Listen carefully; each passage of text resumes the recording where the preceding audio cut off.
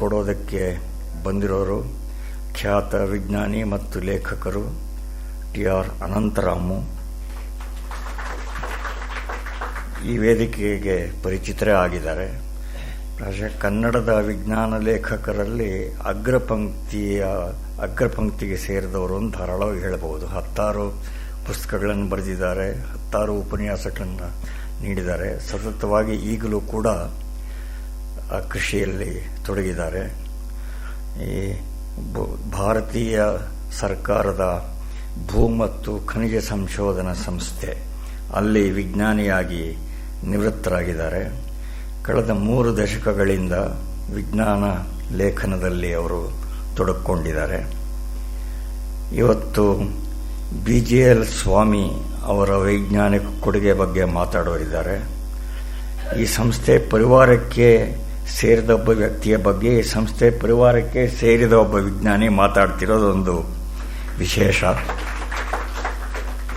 DVG ಅವರ ಏಕೈಕ ಪುತ್ರ BGL ಸ್ವಾಮಿ.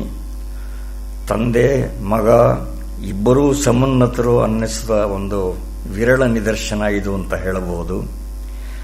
ಮೂಲತಃ ಸಸ್ಯಶಾಸ್ತ್ರ ವಿಜ್ಞಾನಿ ಸಂಶೋಧಕರಾದ BGL ಸ್ವಾಮಿ ಸ್ವಭಾವ ಸಹಜ ಲವಲವಿಕೆಯಿಂದಾಗಿ ಕಲೆ ಮತ್ತು ಸಾಹಿತ್ಯ ಕ್ಷೇತ್ರಗಳಲ್ಲಿ ಗೇಟ್ ಕ್ರ್ಯಾಶ್ ಮಾಡಿದ್ರು. ಆದರೆ ಅವರ ವಿಜ್ಞಾನಾಧಾರಿತ ಸಾಹಿತ್ಯ ಕಾರ್ಯ ಎಷ್ಟು ವ್ಯಾಪಕ ಪ್ರಸಿದ್ಧಿ ಪಡೆದುಬಿಡ್ತು ಅಂದರೆ, ಅವರು ವಿಜ್ಞಾನಿ ಅನ್ನೋ ಸಂಗತಿನೇ ಅದನ್ನೇ ಜನಕ್ಕೆ ಮರೆಸುವಷ್ಟು ಮಟ್ಟಿಗೆ ಅವರ ಸಾಹಿತ್ಯ ಕಾರ್ಯ ಜನಜನಿತವಾಗಿಬಿಡ್ತು. ಹೀಗೆ 7-8 ದಶಕಗಳಷ್ಟು ಹಿಂದೆ ಸಸ್ಯಶಾಸ್ತ್ರ ಕ್ಷೇತ್ರದಲ್ಲಿ ಜಗತ್ತಿನಲ್ಲೇ ಉನ್ನತರ ಪೈಕಿ ಒಬ್ಬರು ಅನ್ನಿಸ್ಕೊಂಡಿದ್ದ ಹಾರ್ವರ್ಡ್ ವಿಶ್ವವಿದ್ಯಾಲಯದ ಪ್ರೊಫೆಸರ್ ಬೇಲಿ ಅವರ ಜೊತೆ ಕೆಲಸ ಮಾಡಿ ಅನುಭವ, ಅವರ ಅಚ್ಚುಮೆಚ್ಚಿನ ಶಿಷ್ಯ ಅಂತ ಅನಿಸ್ಕೊಂಡಿದ್ರು BGL ಸ್ವಾಮಿ. ಆಮೇಲಿನ ಕಾಲದಲ್ಲಿ ಅವರು ವಿಶೇಷವಾಗಿ plant anatomy, plant morphology, embryology ಈ ಕ್ಷೇತ್ರಗಳಲ್ಲಿ ಸ್ವಾಮಿ ಜಾಗತಿಕ ಮಟ್ಟದಲ್ಲಿ ಒಬ್ಬ ಅಥಾರಿಟಿ ಅನ್ನುವ ಪ್ರತಿಷ್ಠೆಯನ್ನು ಪಡ್ಕೊಂಡ್ರು. ಎಷ್ಟು ಮಟ್ಟಿಗೆ ಅಂತ ಹೇಳಿದ್ರೆ, ಅವರು ಮಾಡಿದ ಅನೇಕ ವಿಶ್ಲೇಷಣೆಗಳು ಎಷ್ಟು ಮೂಲಭೂತ ರೀತಿಯವಾಗಿದ್ವು ಅಂದರೆ, ಅವೆಲ್ಲ ಆಮೇಲೆ ಕಾಲೇಜುಗಳ ಟೆಕ್ಸ್ಟ್ ಬುಕ್ಗಳ ಭಾಗವಾಗಿ ಸೇರಿಕೊಂಡು ಈಗಲೂ ಕೂಡ ಮುಂದುವರೆದಿವೆ. ಸ್ವಾಮಿ ಅವರ ಸಂಶೋಧನಾಸಕ್ತಿ ಎಷ್ಟು ಗಾಢವಾಗಿತ್ತು ಅಂತ ಹೇಳಿದ್ರೆ, ಅವರು ಮದ್ರಾಸ್ ಪ್ರೆಸಿಡೆನ್ಸಿ ಕಾಲೇಜಿನ ಪ್ರಿನ್ಸಿಪಲ್ ಆಗಿದ್ದವರು. ಈ ಆಡಳಿತದ ಕಾರ್ಯದ ಒತ್ತಡ ತಮ್ಮ ಸಂಶೋಧನೆಗೆ ಅಡ್ಡ ಬರುತ್ತೆ ಅಂತ ಹೇಳಿ ಪ್ರಿನ್ಸಿಪಲ್ ಹುದ್ದೆಯನ್ನು ತಾವಾಗೇ ಬಿಟ್ಟುಕೊಟ್ಟು, ನಾನು ಪ್ರೊಫೆಸರ್ ಆಗೇ ಇರ್ತೀನಿ, ಪ್ರಿನ್ಸಿಪಲ್ಶಿಪ್ ಬೇಡ ಅಂತ ಹೇಳಿ ಬಿಟ್ಟವರು. ಅಷ್ಟು ಮಟ್ಟಿಗೆ ಸಂಶೋಧನೆಯಲ್ಲಿ ಅವರ ನಿಷ್ಠೆ ಇತ್ತು. ಬಹುಶಃ ವಿಜ್ಞಾನ ಪ್ರಪಂಚದಲ್ಲಿ ದಾಖಲೆ ಅಂತ ಹೇಳುವುದು 300ಕ್ಕೂ ಹೆಚ್ಚು ಸೈಂಟಿಫಿಕ್ ಪೇಪರ್ಸ್ ಅವರು ಬರೆದಿದ್ದು ಇಂಟರ್ನ್ಯಾಷನಲ್ ಸೈಂಟಿಫಿಕ್ ಟೆಕ್ನಿಕಲ್ ಜರ್ನಲ್ಸ್ನಲ್ಲಿ ಪ್ರಕಟ ಆಗಿದ್ದು, ಅದು ಒಂದು ದಾಖಲೆ ಅಂತಲೇ ಹೇಳಬಹುದು. ಇನ್ನು ಶೋಧ ಕಾರ್ಯದ ಮಟ್ಟಿಗೆ BGL ಸ್ವಾಮಿ ಅವರು JBS ಹಾಲ್ಡೇನ್, ಹಕ್ಸ್ಲಿ ಆ ಪಂಕ್ತಿಯಲ್ಲಿ ಸೇರ್ತಕ್ಕವರು ಅಂತ ಅನೇಕ ಜನ ಗುರುತಿಸಿದ್ದಾರೆ. ಹೀಗೆ ಅದು ಹಾಲ್ಡೇನ್, ಹಕ್ಸ್ಲಿ ಮೊದಲ ಆ ಕಾಲದ ಅತ್ಯುನ್ನತ ಮಟ್ಟದ ಸಂಶೋಧಕರು, ವಿಜ್ಞಾನಿಗಳು. ಅವರ ಪಂಕ್ತಿಯಲ್ಲಿ BGL ಸ್ವಾಮಿ ಅವರಿಗೆ ಸ್ಥಾನ ಇದೆ ಅನ್ನುವ ಜನಜನಿತವಾದ ಹೇಳಿಕೆ, ಅದರಲ್ಲಿ ಉತ್ಪ್ರೇಕ್ಷೆ ಏನಿಲ್ಲ. ಹಾಗಾಗಿ ವಿಶೇಷವಾಗಿ ಸ್ವಾಮಿಯವರ ವೈಜ್ಞಾನಿಕ ಕಾರ್ಯದ ಬಗ್ಗೆ ಈ ಉಪನ್ಯಾಸದಲ್ಲಿ ನಮಗೆ ತಿಳಿಸಿಕೊಡಬೇಕು ಅಂತ ಅನಂತರಾಮ್ ಅವರು ಪ್ರಾರ್ಥನೆ ಮಾಡ್ತೀನಿ.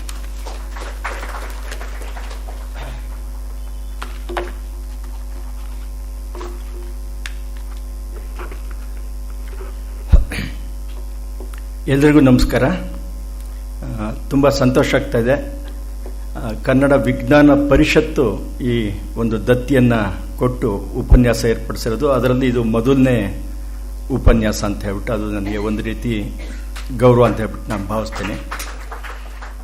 ರಾಮಸ್ವಾಮಿಯವರು ಮೊದಲಿಂದಲೂ ನಮ್ಮ ಹಿತೈಷಿಗಳು, ಹಿರಿಯರು, ಮಾರ್ಗದರ್ಶಕರು. ಸುಧಾದಲ್ಲಿ ಅವರು ಸಂಪಾದಕರಾಗಿದ್ದಾಗಲೂ ಕೂಡ ನಮ್ಮನ್ನು ಮೇಲಕ್ಕೆ ಬರೋದಕ್ಕೆ ಕಾರಣ ಆದಂಥ ರಾಮಸ್ವಾಮಿಯವರು.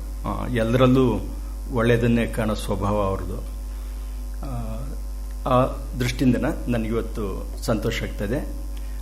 ಜೊತೆಗೆ ಸ್ವಾಮಿಯವ್ರನ್ನ ಹತ್ತಿರದಿಂದ ನೋಡೋಂಥ ಅವಕಾಶ ಕೂಡ ನನಗಾಗಿತ್ತು. ಅದು 1979-80 ಆ ಕಾಲಘಟ್ಟ. ಮಡ್ರಾಸಿಂದ ಆಗ್ತಾನೆ ಬಂದಿದ್ದರು. ಜಯನಗರದಲ್ಲಿ ಮನೆ ಮಾಡಿದರು. ನಿಸಾರ್ ಅಹಮದ್ ಮೊದಲಿಂದಲೂ ನನಗೆ ತುಂಬ ಆತ್ಮೀಯರು. ಒಂದು ದೃಷ್ಟಿನಲ್ಲಿ ಕನ್ನಡದಲ್ಲಿ ನಾನು ಬರೆಯೋದಕ್ಕೆ ಕಾರಣ ಆದವರೇ ನಿಸಾರ್ ಅಹಮದ್. ಹೀಗಾಗಿ ಅವ್ರ ಜೊತೆ ಸದಾ ಒಡನಾಟ ಇತ್ತು. ಅವರ ಸಹೋದ್ಯೋಗಿಯಾಗಿ ನಾನು ಕೆಲಸ ಮಾಡ್ತಾಯಿದ್ದೆ 2 ವರ್ಷ. ಜಯನಗರದಲ್ಲಿ ಸಂಜೆ ಒಂದಿನ ಬಂದಿಂತ ಬಿಟ್ಟು ಸ್ವಾಮಿಯವರು ನಿಸಾರ್ ಅಹಮದ್ನ ಆಹ್ವಾನ ಮಾಡಿದ್ರು. ಆಗ ನನಗೂ ಹೋಗೋ ಅವಕಾಶ ಆಯಿತು. ಗಂಡ ಹೆಂಡತಿ ಇಬ್ಬರೇ ಮನೇಲಿದ್ದರು. ಇನ್ನೂ ಆಗ ಮೈಸೂರು ವಿಶ್ವವಿದ್ಯಾಲಯದಲ್ಲಿ ವಿಸಿಟಿಂಗ್ ಪ್ರೊಫೆಸರ್ ಆಗಿ ಹೋಗಿರಲಿಲ್ಲ. ಬಹುಶಃ ಅದು ಆಹ್ವಾನ ಬರ್ತಾಯಿತ್ತು ಅಂತ ಕಾಣುತ್ತೆ. ನಾವು ಮನೆಗೆ ಹೋದ ತಕ್ಷಣ ನನಗೆ ಅವರು ಸ್ವಾಮಿಯವ್ರ ಮನೆ ಹೇಗಿರ್ಬೋದು ಅನ್ನೋದು, ಯಾಕೆಂದರೆ ಮೊದಲೇ ಓದಿದ್ದು ಪಂಚಕಲಶ ಗೋಪುರ ಇಂಥವೆಲ್ಲ ಓದಿದ್ರಿಂದ ಏನೋ ಒಂದು ರೀತಿ ಕಲ್ಪನೆ ಮೊದಲೇ ಇರುತ್ತೆ ಯಾರದೇ ವ್ಯಕ್ತಿ ಬಗ್ಗೆ ಇದು ಮಾಡಬೇಕಾದ್ರೆ. ಮನೆಗೆ ಹೋದ ತಕ್ಷಣ ನಮಗೆ ಸ್ಪಷ್ಟವಾಗಿ ಎದ್ಕೊಂಡಿದ್ದು ಒಂದು ಜೀವಕೋಶದ ದೊಡ್ಡ ಚಿತ್ರ.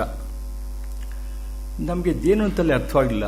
ಆಮೇಲೆ ನೋಡಿದ್ರೆ ಅದರಲ್ಲಿ ನ್ಯೂಕ್ಲಿಯಸ್ಸು, ನ್ಯೂಕ್ಲಿಯೋಟೈಡ್ಸು, ಈ ಥರದಿರೋದೆಲ್ಲನ ದೊಡ್ಡದಾಗಿ ಕ್ಯಾನ್ವಾಸ್ನಲ್ಲಿ ಹಾಕ್ಬಿಟ್ಟಿದ್ದಾರೆ. ಬಂದ ತಕ್ಷಣ ಎದುರಿಗೆ ಕಾಣಬೇಕು, ಅಷ್ಟು ಲಕ್ಷಣವಾಗಿದೆ. ಅದ್ರ ಬಗ್ಗೆ ಶುರು ಮಾಡಿದ್ರು.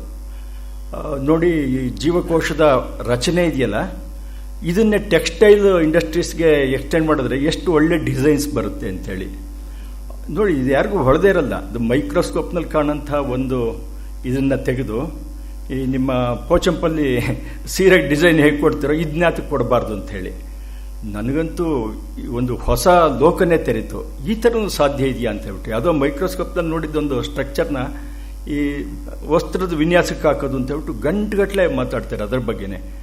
ಆಮೇಲೆ ಇಡೀ ಭಾರತದಲ್ಲಿ ಅಂಥವ್ರನ್ನೆಲ್ಲ ಕರೆದ್ಬಿಟ್ಟು, ನೇಯ್ಗೆಯವ್ರನ್ನೆಲ್ಲ ಕರೆದ್ಬಿಟ್ಟು ಒಂದು ಸಮಾವೇಶ ಮಾಡಿಬಿಟ್ಟೆ. ಅದು ಕೂಡ ನಮಗೆ ಗೊತ್ತಿಲ್ಲ. ಅದು ಈ ಎಂಥ ಮನುಷ್ಯ ಇವರು ಅಂತ ಹೇಳ್ಬಿಟ್ಟು ಯೋಚನೆ ಮಾಡ್ತಿರ್ಬೇಕಾದ್ರೆ ಹಿಮಾಲಯದ್ದು ಜಿಯಾಜಿ ನನಗೆ ಕೊಡೋಕ್ಕೆ ಶುರು ಮಾಡೋದು. ನಾನಿರೋದು ಜಿಯಾಜಿಕಲ್ ಸರ್ವೆ ಆಫ್ ಇಂಡಿಯಾ.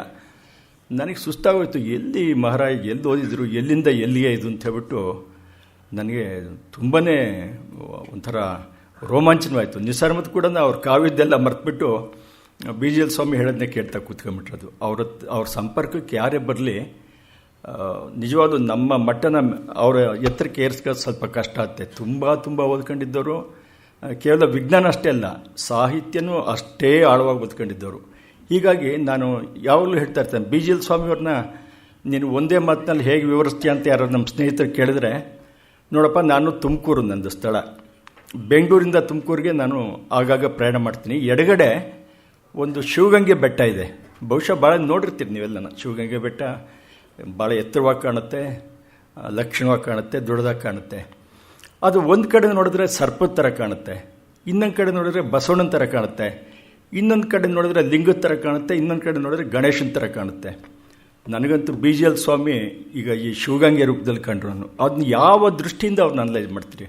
ಒಬ್ಬ ಸಾಹಿತಿ ಅಂತ ನೋಡೋಕ್ಕೆ ಹೋದರೆ ನಿಮ್ಮ ಕಾಲೇಜು ರಂಗ, ತಮಿಳು ತಲೆಗಳ ನಡುವೆ ಇದಿಷ್ಟೇ ಸಾಕು, ಇವೆರಡೇ ಸಾಕು ಅವ್ರನ್ನ ಪ್ರಾಧ್ಯಾಪಕನ ಪೀಠದಲ್ಲಿ ಇದೆಯಲ್ಲ. ಇವೆಲ್ಲ ಓದಿದಾಗ ನಿಜವಾಗ್ಲೂ ಇವರು ಯಾವ ವಿಜ್ಞಾನಿ ಅಂತ ಅಂದ್ಕೋಕ್ಕೆ ಸಾಧ್ಯನೇ ಇಲ್ಲ ಬಿಡಿ. ಅದೇ ನೀವು ಹಸಿರುವನ್ನು ಇದಕ್ಕೆಲ್ಲ ಬಂದುಬಿಟ್ರೆ ಸಂಪೂರ್ಣವಾಗಿ ನಿಮ್ಮ ದೌರ್ಗಂಧಿಕ ಇದಿದೆ, ಒಂದು ಪರಿಣಯ ಅಂತೇಳಿದೆ.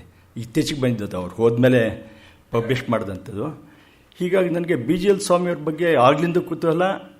ಒಂದು ಕೃತಿ ಬಿಟ್ಟು ಪ್ರಾಧ್ಯಾಪಕನ ಪೀಠದಲ್ಲಿ ಇನ್ನೂ ಹೆಚ್ಚಿಗೆ ಓದೋಕ್ಕಾಗಿಲ್ಲ. ಸ್ವಲ್ಪ ಒಂದು ರೀಡಿಂಗ್ ಎಲ್ಲ ಕೊಟ್ಟಿದ್ದೆ. ಉಳಿದಂತೆ ಎಲ್ಲ ನೋಡಿದಾಗ ಈ ವ್ಯಕ್ತಿ ತುಂಬ ಅಸಾಧಾರಣವಾದ ವ್ಯಕ್ತಿ ಅನಿಸ್ತು. ಈಗ ರಾಮಸ್ವಾಮಿಗಳು ಹೇಳಿದರು, ತಂದೆ ಮಕ್ಕಳು ಜೋಡಿ ಕರ್ನಾಟಕದಲ್ಲಿ ಇನ್ನೂ ಒಬ್ಬರಿದ್ದಾರೆ, ಕುವೆಂಪು ಮತ್ತು ತೇಜಸ್ವಿ. ಇಲ್ಲಿ ಸಾಮ್ಯ ಹೇಗೆ ಬರುತ್ತೆ ನೋಡಿ. ಇದು ಕುವೆಂಪು ಅವ್ರಿಗೆ 1955ರಲ್ಲಿ ಕೇಂದ್ರ ಸಾಹಿತ್ಯ ಅಕಾಡೆಮಿ ಪ್ರಶಸ್ತಿ. ಆವಾಗ ತಾನೇ ಕೇಂದ್ರ ಸಾಹಿತ್ಯ ಅಕಾಡೆಮಿ ಸ್ಥಾಪನೆ ಆಗಿತ್ತು 1955ರಲ್ಲಿ.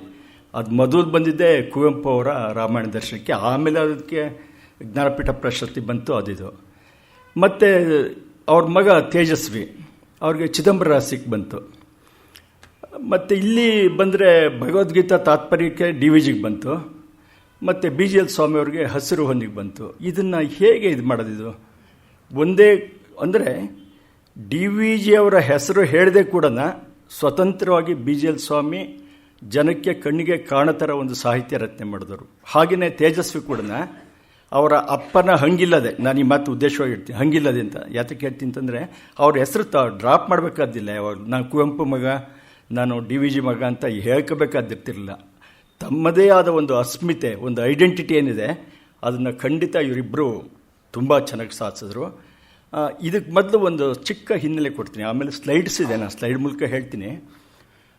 ಚಿಕ್ಕ ಹಿನ್ನೆಲೆ ಏನು ಅಂತಂದರೆ 70ರ ದಶಕದಲ್ಲಿ ತಮಗೆಲ್ಲ ಗೊತ್ತಿರೋ ಹಾಗೆ ಸಾಹಿತ್ಯದಲ್ಲಿ ಒಂದು ದೊಡ್ಡ ರೀತಿಯ ಬದಲಾವಣೆ ಬಂತು.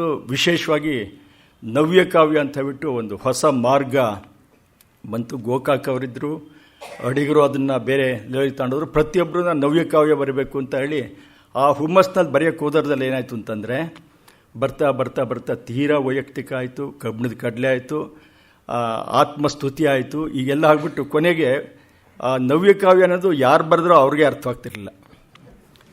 ಆ ಒಂದು ಘಟ್ಟ ಮುಟ್ಬಿಡ್ತು. ಅದೇ ಕಾಲಘಟ್ಟದಲ್ಲಿ ಸಾಹಿತ್ಯದಲ್ಲಿ ಈ ಬಗೆಯ ಒಂದು ಬದಲಾವಣೆ ಆಗ್ತಿರ್ಬೇಕಾದ್ರೆ ವಿಜ್ಞಾನದಲ್ಲಿ ಇನ್ನೊಂದು ಬಗೆ ಪ್ರವಾಹ ಬಂತು. ಅದು 3 ಜನದ ರೂಪದಲ್ಲಿ ಬಂತು. ಒಂದು BGL ಸ್ವಾಮಿಯವರು, ಎರಡನೇದು ತೇಜಸ್ವಿ, ಮೂರನೇರು ಭಾಳ ಜನ ನಾವು ಯಾತಕ್ಕೂ ಜ್ಞಾಪಿಸ್ಕೊಂತ ಇಲ್ಲ, ಕೃಷ್ಣಾನಂದ ಕಾಮತ್ ಅವರು. ಎಂಥ ಚೆನ್ನಾಗಿ ಬರೆದಾರೆ. ವಂಗದರ್ಶನ ಇರ್ಬೋದು, ಸರ್ಪ ಸಂಕುಲ ಇರ್ಬೋದು, ಪ್ರಾಣಿ ಪರಿಸರ ಇರ್ಬೋದು.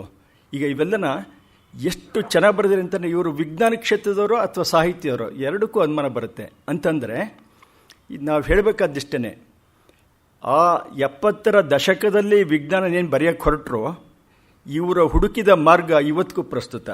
ಆದರೆ ನವ್ಯ ಏನು ಮಾಡ್ತು ಅದೆಲ್ಲನ ಅಡ್ಡದಾರಿ ಹಿಡಿತು ಅಷ್ಟೇ. ನವ್ಯದ್ದು ಇವತ್ತು ಯಾರು ಜ್ಞಾಪಿಸ್ಕೊಳ್ಳದೆ. ಯಾರು ನವ್ಯ ಕವಿ ಅಂತಂದರೆ ನಾವು ಖಂಡಿತ ಜ್ಞಾಪಿಸ್ಕೊಳ್ಳದೆ. ಯಾರು ನವೋದಯದಿಂದ ಬಂದರೋ ಇವತ್ತಿಗೂ ಕೂಡ ಅವರೇ ಹೆಚ್ಚಿಗೆ ಪ್ರಸ್ತುತವಾಗಿ ಕಾಣ್ತಾರೆ. ನಮ್ಮ ನರಸಿಂಹಸ್ವಾಮಿ ಅವರು ಇರ್ಬೋದು, ಶಿವರುದ್ರಪ್ಪ ಇರ್ಬೋದು, ಅವ್ರದ್ದೆಲ್ಲ ದ್ರವ್ಯ ಅಲ್ಲಿಂದ ಬಂದಿದ್ದು. ಈತ ನವ್ಯ ಕವಿ ಅಂತ ಯಾರು ಪರಿಚಯ ಮಾಡಿಕೊಟ್ರೆ ಅವ್ರಿಗೆ ನಗು ಬರುತ್ತೆ, ಯಾಕೆಂದರೆ ಅರ್ಥನೇ ಆಗಿರಲ್ಲ ನವ್ಯ ಕವನ. ಆ ಒಂದು ಕಾಲಘಟ್ಟಕ್ಕೆ ಹೋಯಿತು. ಆದರೆ ಅದೇ ಕಾಲಘಟ್ಟದಲ್ಲಿ ವಿಜ್ಞಾನಕ್ಕೆ ಇವರು ಮಾಡಿದಂಥ ಕೊಡುಗೆ ಇದೆಯಲ್ಲ, ಇದು ಸದಾಕಾಲಕ್ಕೂ ನಿಲ್ಲುತ್ತೆ. ಇವತ್ತಿಗೂ ಕೂಡ ಬಹುಶಃ ಹಸಿರು ಹೊನ್ನನ್ನ ಅನುಕರಣೆ ಮಾಡೋಕ್ಕೆ ಸಾಧ್ಯ ಇಲ್ಲ. ಹಾಗೆ ಕರ್ವಾಲ ಕೂಡ ನಾವು ಅನುಕರಣೆ ಮಾಡೋಕ್ಕಾಗೋದಿಲ್ಲ. ಹಾಗೆ ನಮ್ಮ ಕೃಷ್ಣಾನಂದ ಕಾಮತ್ ಅವ್ರದ್ದು ಬಸ್ತರ ಪ್ರವಾಸ ಇದೆಯಲ್ಲ, ಎಷ್ಟು ಚೆನ್ನಾಗಿದೆ. ನಿಜವಾದ ಬಸ್ತರ ಪ್ರವಾಸ ಒಬ್ಬ ವಿಜ್ಞಾನಿ ಮಾಡೋ ಕೆಲಸನೇ ಇದು ಅಂತ ನನಗನ್ಸೋದಿಷ್ಟು. ನಾವೆಲ್ಲೋ ಒಂದು ಕಡೆ ಕೃತಕವಾಗಿ ಇದು ವಿಜ್ಞಾನ, ಇದು ಸಾಹಿತ್ಯ ಅಂತ ಹೇಳ್ಬಿಟ್ಟು ಎಲ್ಲೋ ಒಂದು ಗೋಡೆ ಎಳಿತಾ ಹೋಗ್ತಾ ಇದ್ವಿ. ಬಹುಶಃ ಅದಾಗಬಾರ್ದು. ಇವಾಗ ಶಿವರಾಮ್ ಕಾರಂತಂತಾಳೆ ಅವರು ಬಾಲ ಪ್ರಪಂಚ ಬರೆದಾಗ ನಾನು ಇದು ವಿಜ್ಞಾನ ಬರೀತೀನಿ ಅಂತ ಹೋಗಲಿಲ್ಲ. ಅವ್ರಿಗಿದ್ದಿದ್ದ ಸಮಸ್ತ ಜ್ಞಾನ ಆ ಕಾಲಕ್ಕೆ ಏನಿತ್ತೋ, ಅಯ್ಯ ಇದು ಶಿಕ್ಷಣ ಕ್ಷೇತ್ರದಲ್ಲಿಲ್ಲ, ಯಾವ ಕಾಲೇಜ್ ಮೇಸ್ಟ್ರುಗಳು ತಲೆ ಕೆಡಿಸ್ಕೊಂತ ಇಲ್ಲ, ಯಾವ ಯೂನಿವರ್ಸಿಟಿ ಪ್ರಾಧ್ಯಾಪಕರು ತಲೆ ಕೆಡಿಸ್ಕೊಂತ ಇಲ್ಲ, ನಾನು ಮಾಡ್ತೀನಿ ಅಂತ ಹೊರಟ್ರು. ಯಾಕೆ ಇರಲಿಲ್ವಾ ಅವಾಗ ಯೂನಿವರ್ಸಿಟಿ ಪ್ರೊಫೆಸರ್ಸ್ಗಳು ಇರಲಿಲ್ವಾ, ಲೆಕ್ಚರರ್ಸ್ ಇರಲಿಲ್ವಾ? ಯಾಕೆ ಮಾಡಲಿಲ್ಲ? ಕಾರಂತರೇ ಯಾತಕ್ಕೆ ಮಾಡಬೇಕಾಯ್ತು? ಕಾರಂತರೇ ಒಣ ನೆಲಕ್ಕೆ ನೇಗಿಲಿಡಬೇಕಾಯ್ತು. ಯಾಕೆಂದರೆ ಆ ಪರಿಸ್ಥಿತಿ ಆ ಥರ ಇತ್ತು. ಬಾಲಪ್ರಪಂಚ ಬಂದಿದ್ದು ಯಾವುದು 1936 ಕಾಲಘಟ್ಟದಲ್ಲಿ. ಅದು ನಮ್ಮ ನಿಟ್ಟೂರು ಶ್ರೀನಿವಾಸರಾಯರು ಅವರು ಪ್ರಕಟಣೆ ಮಾಡಿದ್ದು. ಅದೇ ಕಾರಂತರು ನಿಮ್ಮ ಮರಳಿ ಮಣ್ಣಿಗೇನೋ ಅಥವಾ ಬೆಟ್ಟದ ಜೀವನ ಬರೆದಾಗ ಅದು ಬೇರೆ ಆಗೋದಿಲ್ಲ. ಅದು ಸೃಜನಶೀಲತೆ ಅಂತಂದರೆ ವಿಜ್ಞಾನದಲ್ಲೂ ಸೃಜನಶೀಲತೆ ಇರುತ್ತೆ. ಅದೇ ವ್ಯಕ್ತಿ ಸಾಹಿತ್ಯಕ್ಕೆ ಬಂದಾಗಲೂ ಅಷ್ಟೇ ಚೆನ್ನಾಗಿ ಬರೀತಾರೆ. ಇವ್ರು 3 ಜನದ್ದು ನೋಡಿ, ಕೃಷ್ಣಾನಂದ ಕಾಮತ್ರು ನೋಡಿ, ಬಸ್ತರ್ ಪ್ರವಾಸ ಎಷ್ಟು ಚೆನ್ನಾಗಿ ಬರೆದ್ರು, ಪ್ರಾಣಿ ಪರಿಸರನೂ ಅಷ್ಟೇ ಚೆನ್ನಾಗಿ ಬರೆದ್ರು. BGL ಸ್ವಾಮಿ ಕಾಲೇಜ್ ರಂಗ ಹೇಗೆ ಬರೆದ್ರು, ಹಸಿರು ಒಂದು ಅಷ್ಟೇ ಚೆನ್ನಾಗಿ ಬರೆದ್ರು. ಈಗ ಇಂಥ ಕಾಲಘಟ್ಟದಲ್ಲಿ ನಾವು ನೋಡಬೇಕಾದ್ದು ಬಹುಶಃ ಒಬ್ಬ ವಿಜ್ಞಾನ ಲೇಖಕ ಅಥವಾ ಸಾಹಿತ್ಯ ಅಂತ ಏನಂತೀವಿ, ಆತನಿಗೆ ಬೇಕಾದ್ದು ಜೀವನದ ಅನುಭವ. ಜೀವನದ ಅನುಭವ ಇಲ್ಲದೆ ನೀವು ಎಷ್ಟು ಬರೆಯೋಕ್ಕೋದ್ರೂ ಸಾಧ್ಯ ಇಲ್ಲ. ಸಾಹಿತ್ಯ ಅಂತೂ ಮುಟ್ಟಕ್ಕೆ ಸಾಧ್ಯನೇ ಇಲ್ಲ. ಜೀವನದ ಅನುಭವ ಬೇಕು. ಸ್ವಾಮಿಯವ್ರಿಗೆ ಅದು ಸಹಜವಾಗಿ ಬಂತು. ಅವ್ರ ಮನೇಲಿ ಸಾಹಿತ್ಯದ ವಾತಾವರಣ ಇತ್ತು ಅಂತಲ್ಲ, ಬಹುಶಃ ಅವರ ಒಂದು ಪ್ರತಿಭೆಗೆ ಆ ಸಾಹಿತ್ಯದ ವಾತಾವರಣ ಇಲ್ಲಿದ್ದರೂ ಕೂಡ ಅವರು ಅಷ್ಟೇ ಗಟ್ಟಿಯಾಗಿ ಬರಿತಾಯಿದ್ರು ಅಂತ ನಾವು ಖಂಡಿತ ಹೇಳ್ಬೋದು. ಅದು ಮತ್ತು DVG ಅವರೇನು ಸ್ವಾಮಿಯವ್ರಿಗೆ ತುಂಬ ಏನು ನೀನು ಬರೆಯಪ್ಪ ಅಂತ ಹೇಳ್ಬಿಟ್ಟು ಏನು ಒತ್ತಾಯನೂ ಮಾಡಿಲ್ಲ. ವಾಸ್ತವವಾಗಿ ಇವರು ಬರೆಯೋದು ಅವ್ರಿಗೇನು ಅಂಥ ಒಂದು ಪ್ರಿಯವಾದ ಕೆಲಸ ಆಗಿಲ್ಲ. ಮೊದಲು ನನಗೆ ಗೊತ್ತಿಲ್ಲ, ಈ ಕುವೆಂಪು ಮತ್ತು ಪೂರ್ಣಚಂದ್ರ ತೇಜಸ್ವಿ ಅವರ ಬಗ್ಗೆ ಕುವೆಂಪು ಅವ್ರಿಗೆ ಏನಿತ್ತು ಅಂತ ನನಗೆ ಗೊತ್ತಿಲ್ಲ, ಯಾರು ತಮ್ಮಲ್ಲಿ ಗೊತ್ತಿದ್ರೆ ಹೇಳ್ಬೋದು. ಆದರೆ BGL ಸ್ವಾಮಿ ಬರಿಬೇಕು ಅಂತ ಹೊರಟಾಗ ನಮ್ಮ DVG ಅವರಿನ ಅಷ್ಟೇನು ಅದರ ಬಗ್ಗೆ ಒಲವು ತೋರಲಿಲ್ಲ. ವಾಸ್ತವವಾಗಿ ನಾನು ಅವರ ಇಡೀ ಇವ್ರ ಜೀವನ ಚರಿತ್ರೆ ಹೇಳೋಕ್ಕೆ ನನಗಿಷ್ಟ ಇಲ್ಲ. ಇದು ಸಮಯನೂ ಅಲ್ಲ, ನನ್ನ ಉದ್ದೇಶನೂ ಅಲ್ಲ. BGL ಸ್ವಾಮಿಯವ್ರನ್ನ ನಾನು ಇಲ್ಲಿ ಕೇವಲ ಒಂದು ವಿಜ್ಞಾನಕ್ಕೆ ಬೇರೆ ಬೇರೆ ಮುಖಗಳು ಇರುತ್ತವಲ್ಲ, ಅದನ್ನು ಹೇಗೆ ಒಬ್ಬ ವ್ಯಕ್ತಿ ಸಾಧಿಸ್ತಾ ಅಂತ ಅಷ್ಟು ಮಾತ್ರ ನಿಮ್ಮ ಗಮನ ಸೆಳೆಯೋಕ್ಕೆ ನಾನು ಪವರ್ ಪಾಯಿಂಟು ಬಳಸ್ತಾ ಇದ್ದೀನಿ. ಆರಂಭಕ್ಕೆ ಅವರೇ ನ್ಯಾಷನಲ್ ಕಾಲೇಜ್ನಲ್ಲಿ ಓದಿದರು, ಮತ್ತು BSc ಆನರ್ಸ್ ಮಾಡಿದ್ರು. BSc ಆನರ್ಸ್ ಮಾಡಬೇಕಾದ್ರೆ ಬಾಟ್ನಿ ತೊಗೊಂಡ್ರು. ಯಾತಕ್ಕೆ ತಗೊಂಡ್ರು, ಬಾಟ್ನಿ ಯಾತಕ್ಕೆ ತಗೊಂಡ್ರು ಅಂತಂದರೆ ಅಲ್ಲಿ AR ಕೃಷ್ಣಶಾಸ್ತ್ರಿಗಳಿದ್ದು, ಅಯ್ಯೋ ಈ ಯಾತಕ್ಕೆ ಇವನ್ನೆಲ್ಲ ಪ್ರಾಣಿಗಳನ್ನ ಕೊಯ್ದು ಎಲ್ಲ ಇದು ಮಾಡ್ತೀಯಾ, ಹಿಂಸೆ ಮಾಡ್ತೀಯಾ, ಝುವಾಲಜಿ ತಗೋಬೇಡ, ಅದ್ರ ಬದಲು ಬಾಟ್ನಿ ತಗೊಂಡು ಅಭ್ಯಾಸ ಮಾಡಿ ಅಂತ ಹೇಳಿದ್ದು ಅದೇ ಒಂದು ತಿರುವಾಯ್ತು ಅವ್ರ ಜೀವನದಲ್ಲಿ. ನೋಡಿ, ಯಾರೋ ಒಬ್ಬ ವ್ಯಕ್ತಿ ಒಂದು ಮಾತು ಹೇಳಿದಾಗ ಜೀವನದಲ್ಲಿ ಅದೇ ಒಂದು ದೊಡ್ಡ ತಿರುವಾಗ್ಬಿಡುತ್ತೆ. ಅವ್ರು ಬಾಟ್ನಿ ಬಂದಿದ್ದೇನೆ ನಮ್ಮ AR ಕೃಷ್ಣಶಾಸ್ತ್ರಿಗಳಿಂದ. ಮತ್ತು ಅಲ್ಲಿ ಪ್ರಬುದ್ಧ ಕರ್ನಾಟಕದ ಜನಕ ತಮಗೆಲ್ಲ ಗೊತ್ತೇ ಇದೆ, AR ಕೃಷ್ಣಶಾಸ್ತ್ರಿಗಳನ್ನೇ ಅಲ್ಲಿ ಕರ್ನಾಟಕ ಸಂಘ ಕಟ್ಟಿದ್ರು. ಮತ್ತು BGL ಸ್ವಾಮಿನೇ ಅಲ್ಲಿ ಸೆಕ್ರೆಟರಿ ಆಗೋಂಥ ಒಂದಿತ್ತು. ಒಂದೇ ಒಂದು ವಿಚಾರ ಜ್ಞಾಪಕ ಇರುತ್ತೆ. ಓದ್ತಾ ಇದ್ದೆ BGL ಸ್ವಾಮಿ ಅವ್ರದ್ದು ಓದಬೇಕಾದ್ರೆ, ಇವ್ರದ್ದು AR ಕೃಷ್ಣಶಾಸ್ತ್ರಿ ಕ್ಲಾಸ್ ಇವ್ರಿಗೇನು ಅಷ್ಟೊಂದು ಮೆಚ್ಚುಗೆ ಆಗಿರಲಿಲ್ಲ. ತಪ್ಪಿಸ್ಕೊಳ್ಳೋರಂತೆ ಕನ್ನಡ ಕ್ಲಾಸ್ಗೆ BGL ಸ್ವಾಮಿ. ಆದರೆ ಶಾಸ್ತ್ರಿಗಳು ಒಂದು ಸತಿ ಹಿಡ್ಕೊಂಬಿಟ್ಟು ಬಂದು, ಏನೇ ನೀನು ಇಂಗ್ಲೀಷ್ ಕ್ಲಾಸ್ಗೆ ಹೋಗ್ತೀಯಾ, ಸೈನ್ಸ್ ಕ್ಲಾಸ್ಗೆ ಸರಿಯಾಗಿ ಹೋಗ್ತೀಯಾ, ಅದು ಯಾತಕ್ಕೆ ಕನ್ನಡ ಅಂತಂದ್ರೆ ಸಡ್ಡೆ ಅಂತ. ಅಲ್ಲಿ ಅವ್ರಿಗೆ ಬಂಗಾಲಿ ಸಾಹಿತ್ಯ ಅಷ್ಟೊಂದು ನನಗೆ ಇಡಿಸ್ಲಿಲ್ಲ ಅಂತಲೇ ಹೇಳ್ತಾರೆ BGL ಸ್ವಾಮಿ. ಈಗ ತಪ್ಪಿಸ್ಕೊಂಡು ಓಡ್ತಾ ಇದ್ರಂತೆ. ಅದಕ್ಕೆ ಪನಿಷ್ಮೆಂಟ್ ಏನು?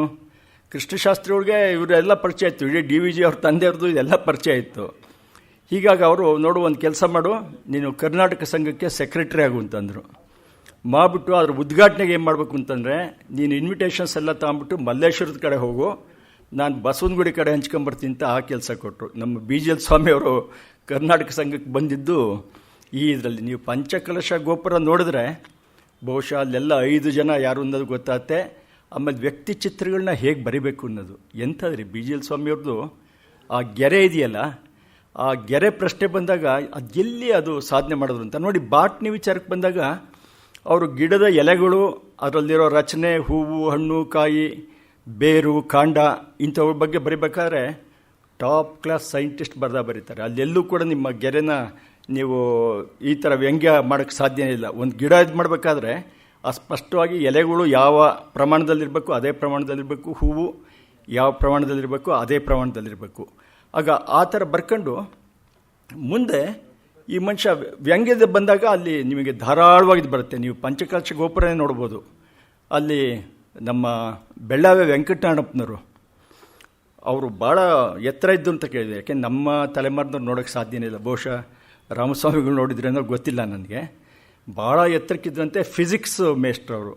ನೋಡಿ, ಅವ್ರು ಫಿಸಿಕ್ಸ್ ಮೇಸ್ಟ್ರಾಗಿ ನನಗೆ ಭಾಳ ಸಂತೋಷ ಆಗುತ್ತೆ.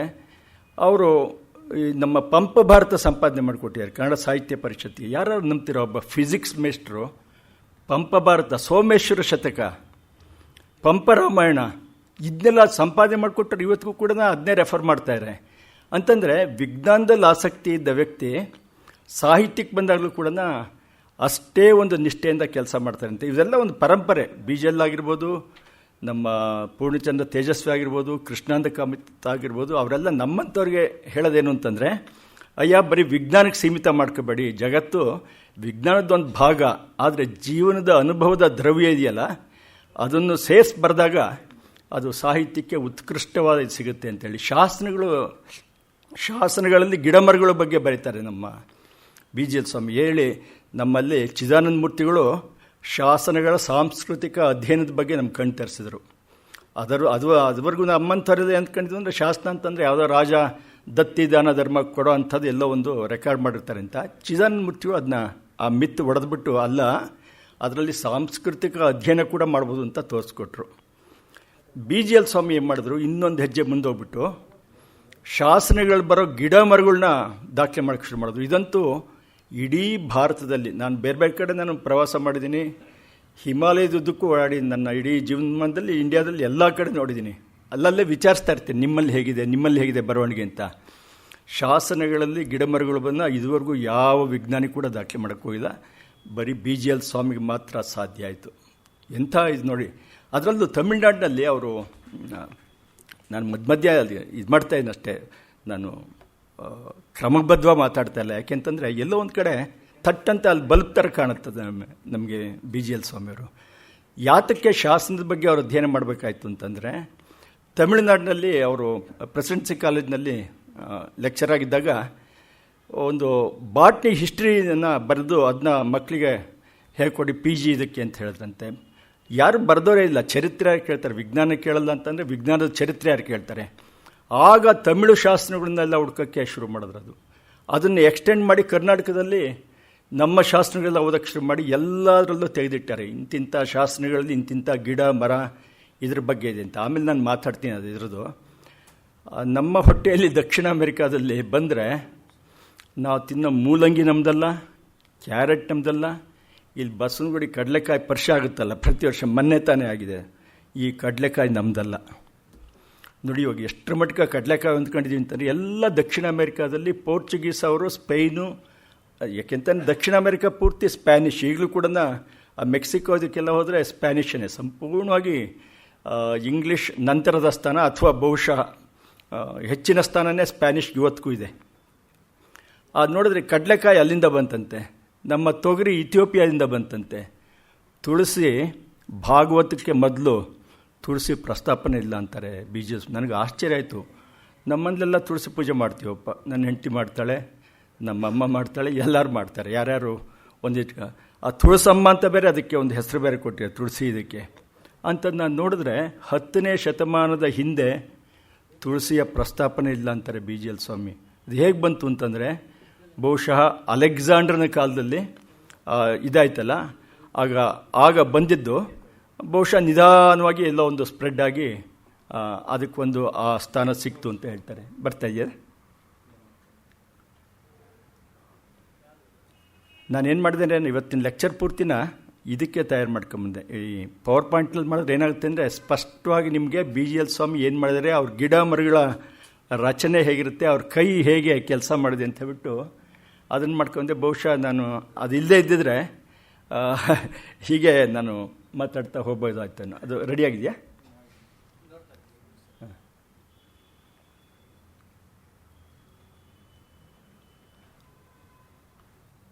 ಮತ್ತು ಬಿ ಜಿ ಎಲ್ ಸ್ವಾಮಿಯವ್ರದ್ದು ಈ BSc ಹಾನರ್ಸು ಬಾಟ್ನಿ ಮಾಡಿದ್ರು. ಅದಾದಮೇಲೆ ಏನು ಮಾಡಬೇಕು ಅಂಥೇಳಿ ಅವ್ರು ಅಧ್ಯಾಪಕರಾಗಬೇಕು ಅಂತ ತುಂಬ ಇಷ್ಟ ಇತ್ತಂತೆ ಬಿ ಜಿ ಎಲ್ ಸ್ವಾಮಿಯವ್ರಿಗೆ. ತಂದೆ ಹತ್ರ ಹೇಳಿದ್ರು, ಮುಂದೆ ಏನಾಗ್ತಿ ಅಂತ ಅಧ್ಯಾಪಕನಾಗಬೇಕು ಅಂತೇಳಿ. ಅವರು ತಂದೆ ಹೇಳಿದ್ರಂತೆ, ನೀನು ಅಷ್ಟೊಂದು ಜ್ಞಾನಾರ್ಜನೆ ಸಂಪಾದನೆ ಮಾಡಿದ್ಯಾ ಅಂತ ಡಿ ವಿ ಜಿ ಹೇಳಿ, ಬೇಡ ಇನ್ನು ಸ್ವಲ್ಪ ಸಂಶೋಧನೆ ಮಾಡು, ನನ್ನಲ್ಲಿ ಏನಿದೆಯೋ ಹಣ ಅದನ್ನ ಕೊಡ್ತೀನಿ, ನೀನು ಎಲ್ಲಿ ಬೇಕೋ ಅಲ್ಲಿ ಎಕ್ವಿಪ್ಮೆಂಟ್ಸ್ ತಗೊಂಬ ಅಂತಂದರೆ ಎಲ್ಲ ಸೆಕೆಂಡ್ ಹ್ಯಾಂಡ್ ಮೆಟೀರಿಯಲ್ಸ್ ತಂದುಬಿಟ್ಟು ಮೈಕ್ರೋಸ್ಕೋಪು ಅದು ಇದು ಎಲ್ಲ ಫಿಟ್ ಮಾಡ್ಕೊಂಡು.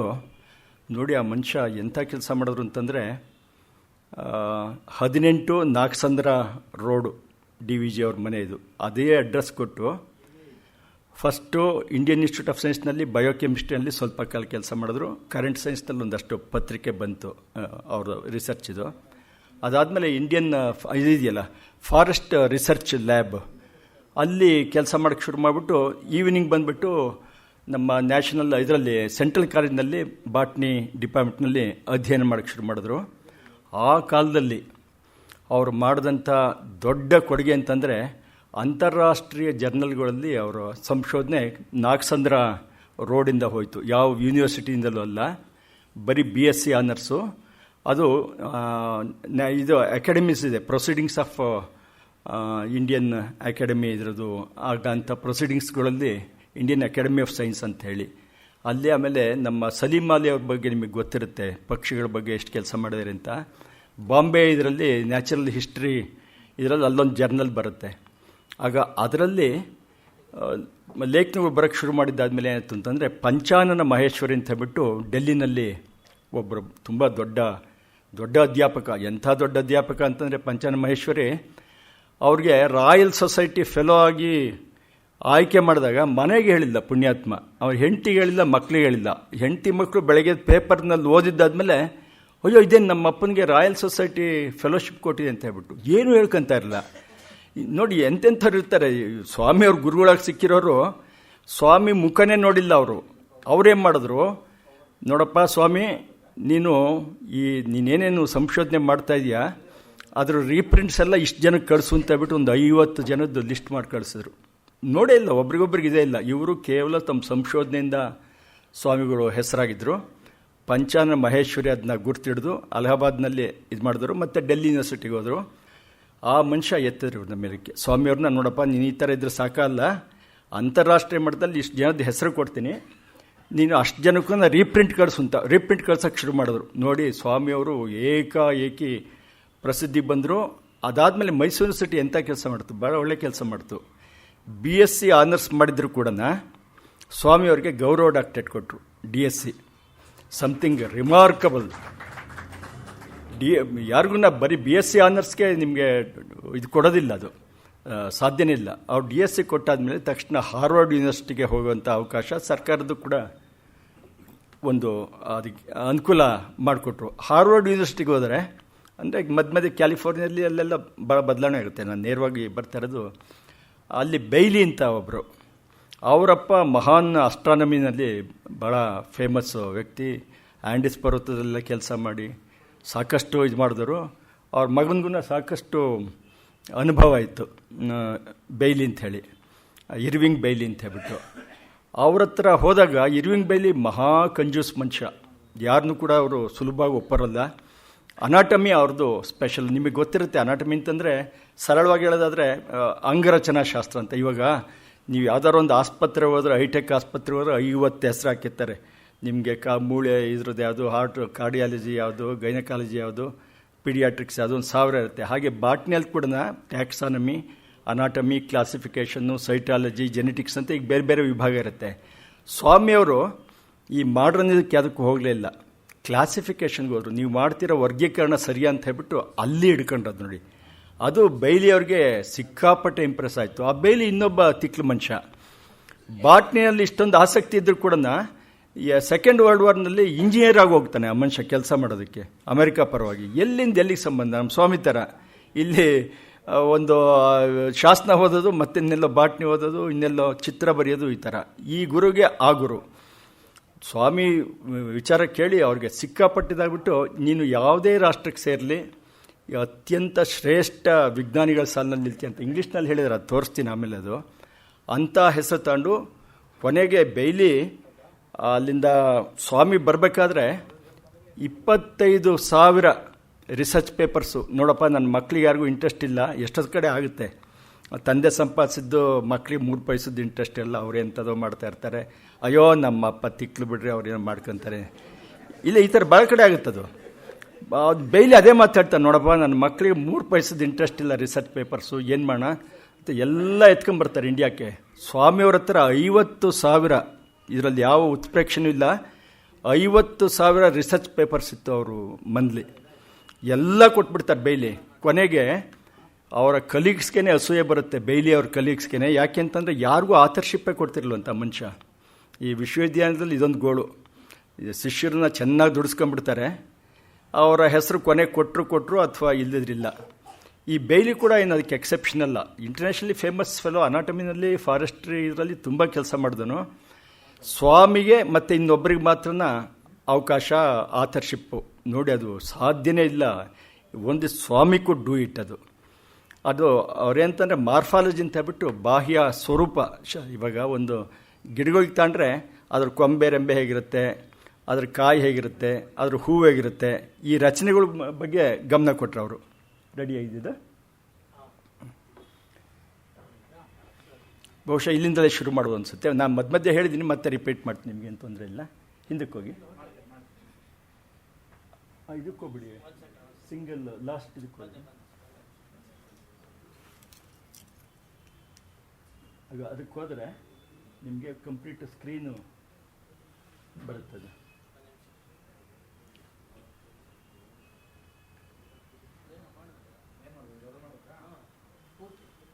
ಪುಟ್ಟಿ ದೊಡ್ಡದು ಮಾಡ್ಬೇಕಂದ್ರೆ ಇಲ್ಲಿಗೆ ಹೋಗ್ಬೇಕು. ಇಲ್ಲಿ ಇದೆಯಲ್ಲ, ಇದು ಲಾಸ್ಟ್ಗೆ ಕ್ಲಿಕ್ ಮಾಡಿ ದೊಡ್ಡದಾಗುತ್ತೆ. ಅದಲ್ಲ, 100% ಇರಲಿ, ಅದು 100% ಇರಲಿ. ಇಲ್ಲಿಗೆ ಹೋಗಿ, ನಾನು ರೆಡ್ ತೋರಿಸ್ತಾ ಇದ್ದೀನಲ್ಲ, ಅಲ್ಲಿಗೆ ಹೋಗಿ ಕ್ಲಿಕ್ ಮಾಡಿ. ಇದು ನಾನು ತೋರಿಸ್ತಾ ಇದ್ದೀನಿ ನೋಡಿ, ರೆಡ್, ಅಲ್ಲಿಗೆ ಹೋಗಿ ಪಕ್ಕ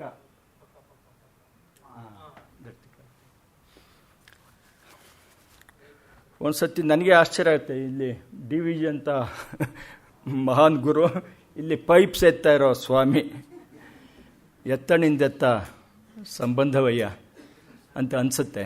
ಆದರೆ ಅದನ್ನು ನಾವು ಅದನ್ನು ದೊಡ್ಡ ಮಹತ್ವ ಮಾಡೋದು ಬೇಡ, ಅದು ಕೇವಲ ಅವ್ರಿಗೊಂದು ಹಾಬಿ ಆಗಿತ್ತು. ಇದು ಈ ಫೋಟೋ ತೆಗೆದಿದ್ದು ಎಲ್ಲಿ ಅಂತಂದರೆ, ಕೃಷ್ಣಾನಂದ ಕಾಮತ್ರಿಗೆ BGL ಸ್ವಾಮಿ ನೋಡಿರಲಿಲ್ಲ. ಕೃಷ್ಣಾನಂದ ಕಾಮತ್ತರ ಹೆಂಡತಿ ತಮಗೆಲ್ಲ ಗೊತ್ತಿದೆ, ಜ್ಯೋತ್ಸ್ನಾ ಕಾಮತ್. ಅವ್ರಿಗೆ ನೋಡ್ರಿ BGL ಸ್ವಾಮಿ ಎಷ್ಟು ಚೆನ್ನಾಗಿ ಬರೆದಿದ್ದಾರೆ, ಒಂದು ಅಮೆರಿಕಕ್ಕೆ ಹೋಗಿದ್ದ ಕಥೆನ ನೀವು ಒಂದು ಬರಿಬಾರ್ದ ಅಂತ ಹೇಳ್ಬಿಟ್ಟು ತಿವಿತಾರಿಗೆ. ಆಗ ಕೃಷ್ಣಾನಂದ ಕಾಮತ್ತು ಅಮೆರಿಕಕ್ಕೆ ಹೋಗಿ ಬಂದಮೇಲೆ ನಾನು ಅಮೆರಿಕಕ್ಕೆ ಹೋಗಿದ್ದೆ ಅಂತ ಹೇಳ್ಬಿಟ್ಟು ಒಂದು ಬರೆದ್ರು. ಅದಕ್ಕೆ ಮೊದಲು BGL ಸ್ವಾಮಿನ ಅವ್ರ ಮನೇಲಿ ಭೇಟಿಯಾದಾಗ ಈ ಚಿತ್ರ ತೆಗೆದಿದ್ದು ಕೃಷ್ಣಾನಂದ ಕಾಮತ್ರು. ಅದ್ಭುತವಾದ ಛಾಯಾಚಿತ್ರಕಾರ. ಎಂಥ ಚಿತ್ರಕಾರ ಅಂತಂದರೆ, ಮಲ್ಲೇಶ್ವರನಲ್ಲಿ ಅವ್ರ ಸ್ಟುಡಿಯೋ ಇತ್ತು.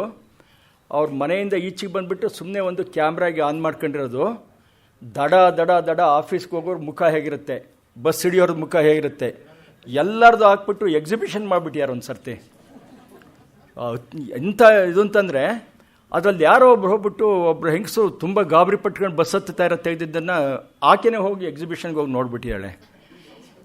ಏನಿದು ಈ ಥರ ಮಾಡಿದಿರಿ, ನನ್ನ ವಿರೂಪ ಮಾಡಿದಿರಿ ಅಂತಂದ್ರೆ ಅವ್ರೇನು ಮಾತಾಡಲೇ, ಇದು ಕ್ಯಾಮ್ರಾದಮ್ಮ ಅದು ಮಾತಾಡಿದೆ ಅಷ್ಟೇ ಸಾಕು, ಇನ್ನೇನು ಬೇಡ ಅಂತ ಕಳಿಸಿದ್ರು. ಮಹಾನ್ ಕಲೆಗಾರ ಆತ. ದೇವಸ್ಥಾನಕ್ಕೆ ಹೋದರೆ ಎಲ್ಲೆಲ್ಲಿ ಯಾವ್ಯಾವ ಶಿಲ್ಪದಲ್ಲಿ ಝುವಾಲಜಿ ಇದೆ, ಪ್ರಾಣಿಗಳ ಚಿತ್ರ ಇದೆ, ಈ ಥರ ಮಾಡಿದವರು. CB ಅಂತ ಒಂದು ದೇವಸ್ಥಾನದಲ್ಲಿ ಹೇಗೆ ಭಿತ್ತಿ ಚಿತ್ರಗಳಿವೆ ಅಂತ ನೋಡ್ಕೊಂಡ್ಬಂದವರು. ಲೇಪಾಕ್ಷಿಗೆ ಹೋಗ್ಬಿಟ್ಟು ಅಲ್ಲಿ ಇಡೀ ಒಂದು ಜೀವಿ ಸಂಕುಲದ ಎಷ್ಟರ ಮಟ್ಟಿಗೆ ಶಿಲ್ಪದಲ್ಲಿ ಪ್ರತೀಕವಾಗಿ ನಿಂತಿದೆ ಅಂತ ಹೇಳ್ಬಿಟ್ಟು ಸಿಕ್ಕಾಪಟ್ಟಿ 3 ಜನ ಇದಾರಲ್ಲ, ತ್ರಿಮೂರ್ತಿಗಳು ವಿಜ್ಞಾನದಲ್ಲಿ, BGL ಸ್ವಾಮಿ, ಇವರು. ಆ BGL ಸ್ವಾಮಿ ಅವ್ರ ಮನೇಲಿ ಯಾವುದೋ ಹೂ ಕೀಳ್ತಾ ಇರೋ ಅಂಥ ಸಂದರ್ಭದಲ್ಲಿ ತೆಗೆದಿದ್ದು. ಕೃಷ್ಣಾನಂದ ಕಾಮತ್ತರು, ಜ್ಯೋತ್ಸ್ನಾ ಕಾಮತ್ತಿಗೆ ಖುಷಿಯಾಗೋಯ್ತು, ನನ್ನ ಗಂಡ ನನ್ನ ಮಾತು ಕೇಳಿ ಕೊನೆಗೂ ನಾನು ಅಮೆರಿಕಕ್ಕೆ ಹೋಗಿದ್ದೆ ಅಂತ ಬರೆದ್ರು, ಸಾರ್ಥಕವಾಯ್ತು ನಾನು ಪುಸ್ತಲಾಯಿಸಿದ್ದು ಅಂತ ಖುಷಿಪಟ್ಟರು. ಅವರ ಕಾಮತ್ ಪಾಟ್ಪೋರಿ ಅಂತ ಹೇಳ್ಬಿಟ್ಟು ಒಂದು ವೆಬ್ಸೈಟ್ ಇದೆ, ಅದರಲ್ಲಿ ಹೋದರೆ ತಾವು ಇದೆಲ್ಲ ನೋಡ್ಬೋದು. ಮುಂದಿನ ಚಿತ್ರ ಕೃಷ್ಣಶಾಸ್ತ್ರಿಗಳು. ಈಗಾಗಲೇ ಹೇಳಿದೆ ನಾನು, ಶಾಸ್ತ್ರಿಗಳು ಕರ್ನಾಟಕ ಸಂಘ ಆರಂಭ ಆಗೋದಕ್ಕೆ ಕಾರಣ ಆದರೂ, ಪ್ರಬುದ್ಧ ಕರ್ನಾಟಕ ಆರಂಭ ಆಗೋದಕ್ಕೆ ಕಾರಣ ಆದರೂ ಅನೇಕ ಜನ, ಇವರು BGL ಸ್ವಾಮಿ ಒಬ್ಬರಷ್ಟೇ, ಅನೇಕ ಕವಿಗಳು ಪ್ರಬುದ್ಧ ಕರ್ನಾಟಕದ ಮೂಲಕನೇ ಬೆಳಕಿಗೆ ಬಂದರು. ನರಸಿಂಹಸ್ವಾಮಿ ಅವ್ರದ್ದು ಎಷ್ಟು ಕವನ ಬಂತು ಪ್ರಬುದ್ಧ ಕರ್ನಾಟಕದಲ್ಲಿ ಅಂತ. ಕೃಷ್ಣಶಾಸ್ತ್ರಿಗಳು ಪಾಠ ಹೇಳಿ ಕೂಡ ಮೇಷ್ಟ್ರ ಆಗಿದ್ದರು BSc ಆನರ್ಸ್ನಲ್ಲಿ ನಮ್ಮ ಸ್ವಾಮಿ. ಮುಂದಿನ ಚಿತ್ರ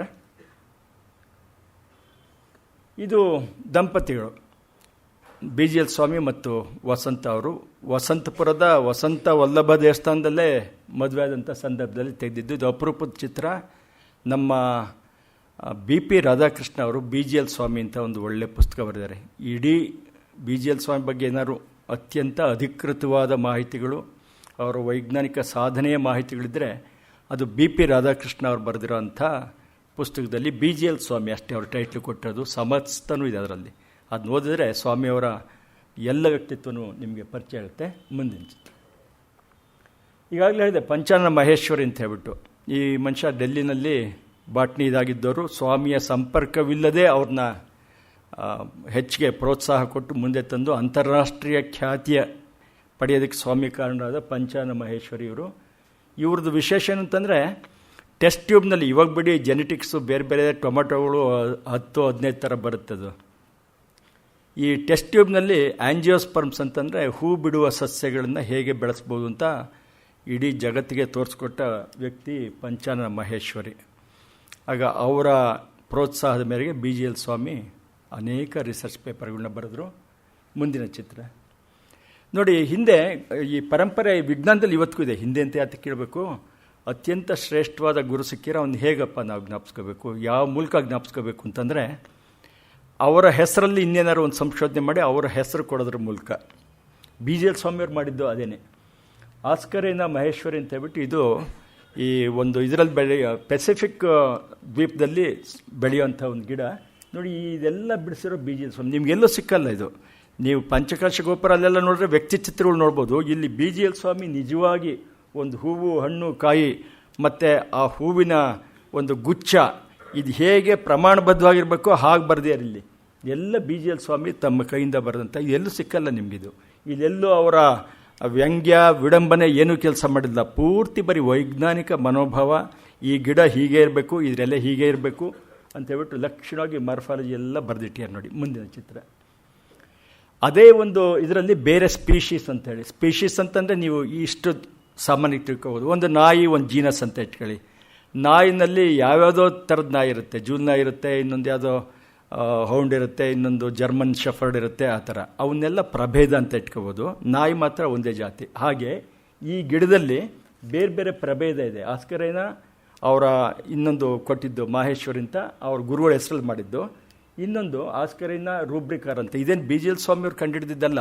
ಆದರೂ ಆ ಗಿಡ ಹೊಸದಾಗಿ ಅವ್ರ ಹೆಸರು ಕೊಟ್ಟ ಗಿಡ ಇನ್ನೊಂದು ಗಿಡಕ್ಕೆ ಹೋಲಿಕೆ ಹೇಗಿರುತ್ತೆ ಅಂತ ನೋಡೋದಕ್ಕೆ ಏನು ಮಾಡಿದ್ರು ಅವರು, ಅದರದ್ದು ಕೂಡ ಅಷ್ಟೇ ಲಕ್ಷಣವಾಗಿ ಎಲ್ಲ ವಿವರಗಳೊಂದಿಗೆ ಇದನ್ನು ಮಾಡೋರು. ಅದನ್ನ ಒಂದು ತಾಂಡ್ರೆ ಬರೀ ಅಷ್ಟಕ್ಕೆ ಸೀಮಿತ ಅಲ್ಲ, ಅದರಿಂದ ಆಚೆಗೆ ಹೋಗೋಂಥ ಸ್ವಭಾವ BGL ಸ್ವಾಮಿಯವ್ರದ್ದು. ಮುಂದಿನ ಇದು ಫಿಲಿಪ್ಸ್ ಇದರಲ್ಲಿ ಫಿಲಿಪೈನ್ಸ್ ದ್ವೀಪದಲ್ಲಿ ಬೆಳೆಯುವಂಥದ್ದು. ಇದು ಕೂಡ BGL ಸ್ವಾಮಿಯವರ ಕೈ ಬರಹ, ಅವ್ರು ಬಿಡಿಸಿರೋಂಥ ರೇಖಾಚಿತ್ರ. ಒಂದು 10 ಬೇರೆ ಬೇರೆ ಸ್ಪೀಷೀಸ್ ಅಂದರೆ ಪ್ರಭೇದಗಳನ್ನ ಒಟ್ಟಿಗೆ ಸೇರಿಸ್ಬಿಟ್ಟು ಒಂದು ಇಂಟರ್ನ್ಯಾಷನಲ್ ಜರ್ನಲ್ಲಿ ಪ್ರಕಟಣೆ ಮಾಡಿದರೆ. ಅದಕ್ಕೋಸ್ಕರ, ಯಾಕೆಂದರೆ ಸಾಮಾನ್ಯಕ್ಕೆ ನಿಮ್ಗೆ ಇವೆಲ್ಲ ಸಿಕ್ಕೋದಿಲ್ಲ.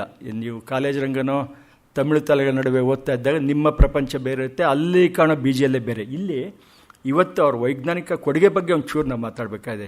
ಯಾಕೆ ಕಾಲೇಜ್ ರಂಗ ಎಲ್ಲ ಓದಿರ್ತೀರಿ, ಕಾಲೇಜ್ ತರಂಗ ಓದಿರ್ತೀರಿ, ತಮಿಳು ತಲೆಗಳ ನಡುವೆ ಓದಿರ್ತೀರಿ, ಅಮೆರಿಕನ್ ಡೈರಿ ಎಲ್ಲ ಓದಿರ್ತೀರಿ. ಇದು ಮೈಸೂರು ಡೈರಿ. ಇದು ಮುಂದಿನ ಚಿತ್ರ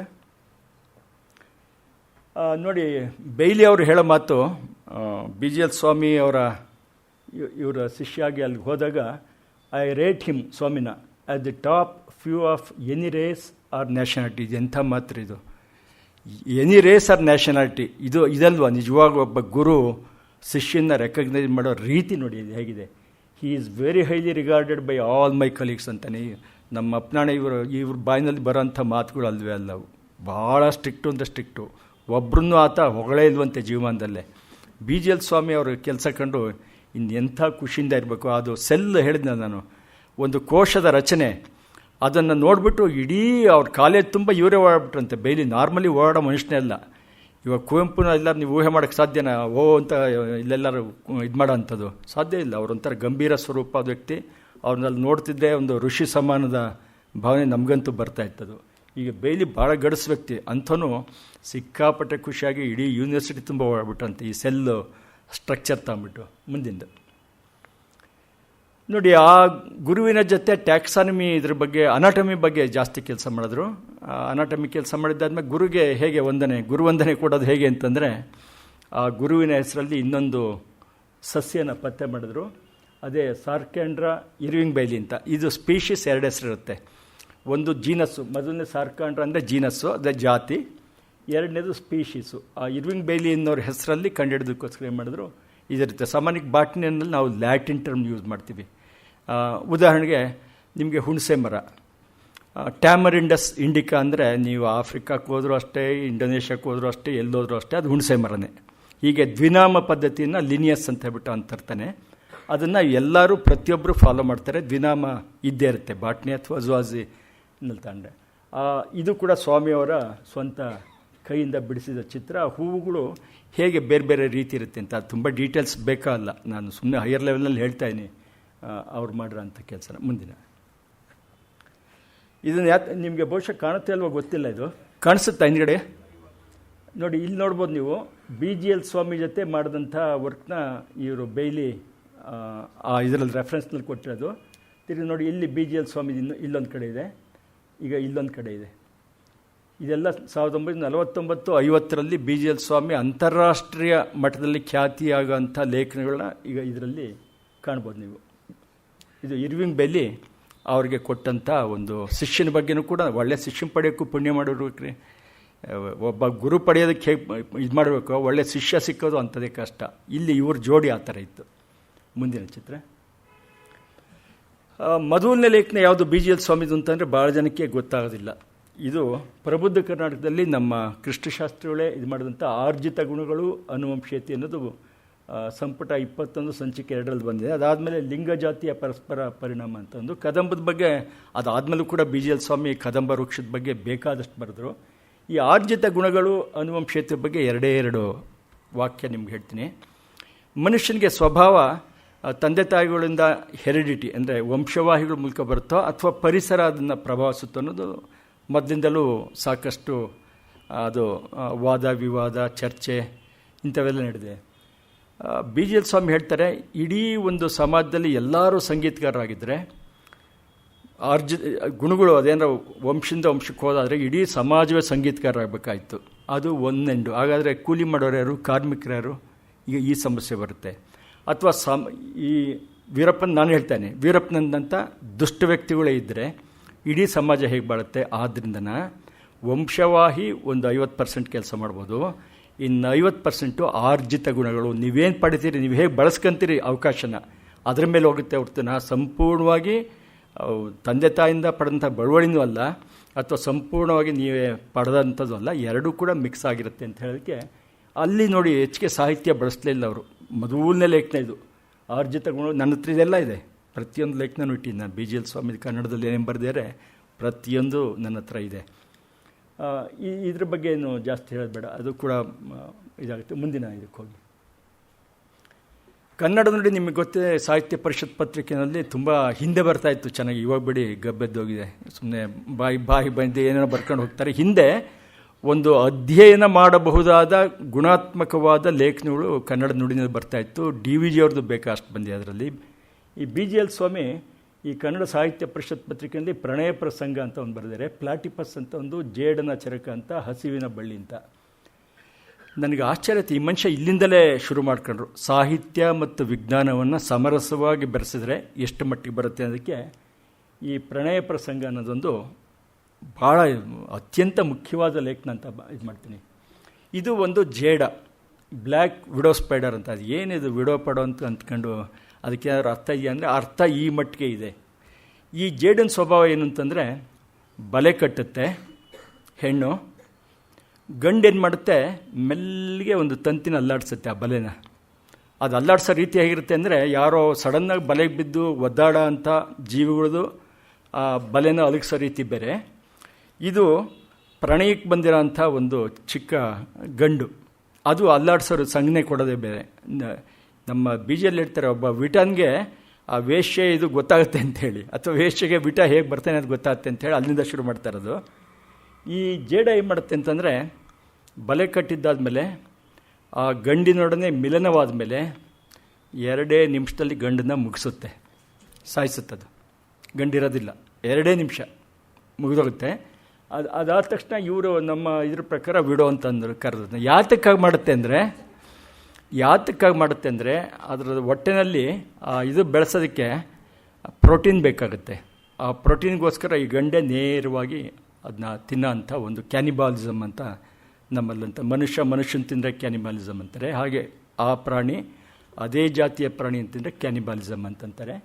ಈಗ ಈ ಜೇಡ ಎಲ್ಲ ಕಡೆನೂ ಸಿಗುತ್ತೆ, ವೆಸ್ಟರ್ನ್ ಘಾಟ್ನಲ್ಲಿ ಸಿಗುತ್ತೆ, ಬೇರೆ ಕಡೆ ಸಿಗುತ್ತೆ. ಮುಂದೆ ಇದೆಲ್ಲ ಆದಮೇಲೆ ನೋಡಿ ನಮ್ಮ BGL ಸ್ವಾಮಿ ಯಾವ್ಯಾವ್ದು ಓದ್ಯಾರ ಅಂತಂದರೆ ಲಕ್ಷ್ಮೀಶನ ಜೈಮಿನಿ ಭಾರತ ಓದ್ಬಿಟ್ಟು ಆ ಮನುಷ್ಯ ಅದು ಯಾವಾಗ ಓದಿರೋ ಗೊತ್ತಾಗಲಿಲ್ಲ ನೋಡಿ. ಅದರಲ್ಲಿ ಲಕ್ಷ್ಮೀಶ್ ಹೇಳ್ತಾನೆ, ಪೆಣ್ಣಾಗಿ ಸಂಭವಿಸಿದೊಡಲಂ ಪೊರೆಯುವುದು ಅಂದರೆ ಸೀತೆ ಹೇಳೋ ಅಂಥ ದುಃಖದಿವು. ಅಯ್ಯೋ ನಾನು ಹೆಣ್ಣಾಗಿ ಹುಟ್ಟಿ ಕಷ್ಟಪಟ್ಟನಲ್ಲಪ್ಪ ಅಂತ ಅವನು ಹೇಳಿದ್ರೆ, BGL ಸ್ವಾಮಿ ಈ ಜೇಡ್ರನ್ನ ಎಕ್ಸಾಂಪಲ್ ತಗೊಂಡು ಅದನ್ನು ಮಾಡಿಫೈ ಮಾಡಿ ಕಡುಪಾತಂಗೈದು ಗಂಡಾಗಿ ಸಂಭವಿಸಿದೊಡಲಂ ಅಂತಾರೆ.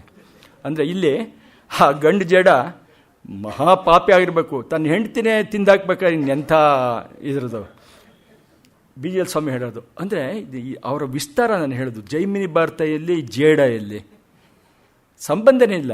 ಜೆ ಅನ್ನೋದು ಬಿಟ್ಬಿಟ್ರೆ ಇನ್ಯಾವುದ ರೀತಿಯೂ ಸಂಬಂಧ ಇಲ್ಲ.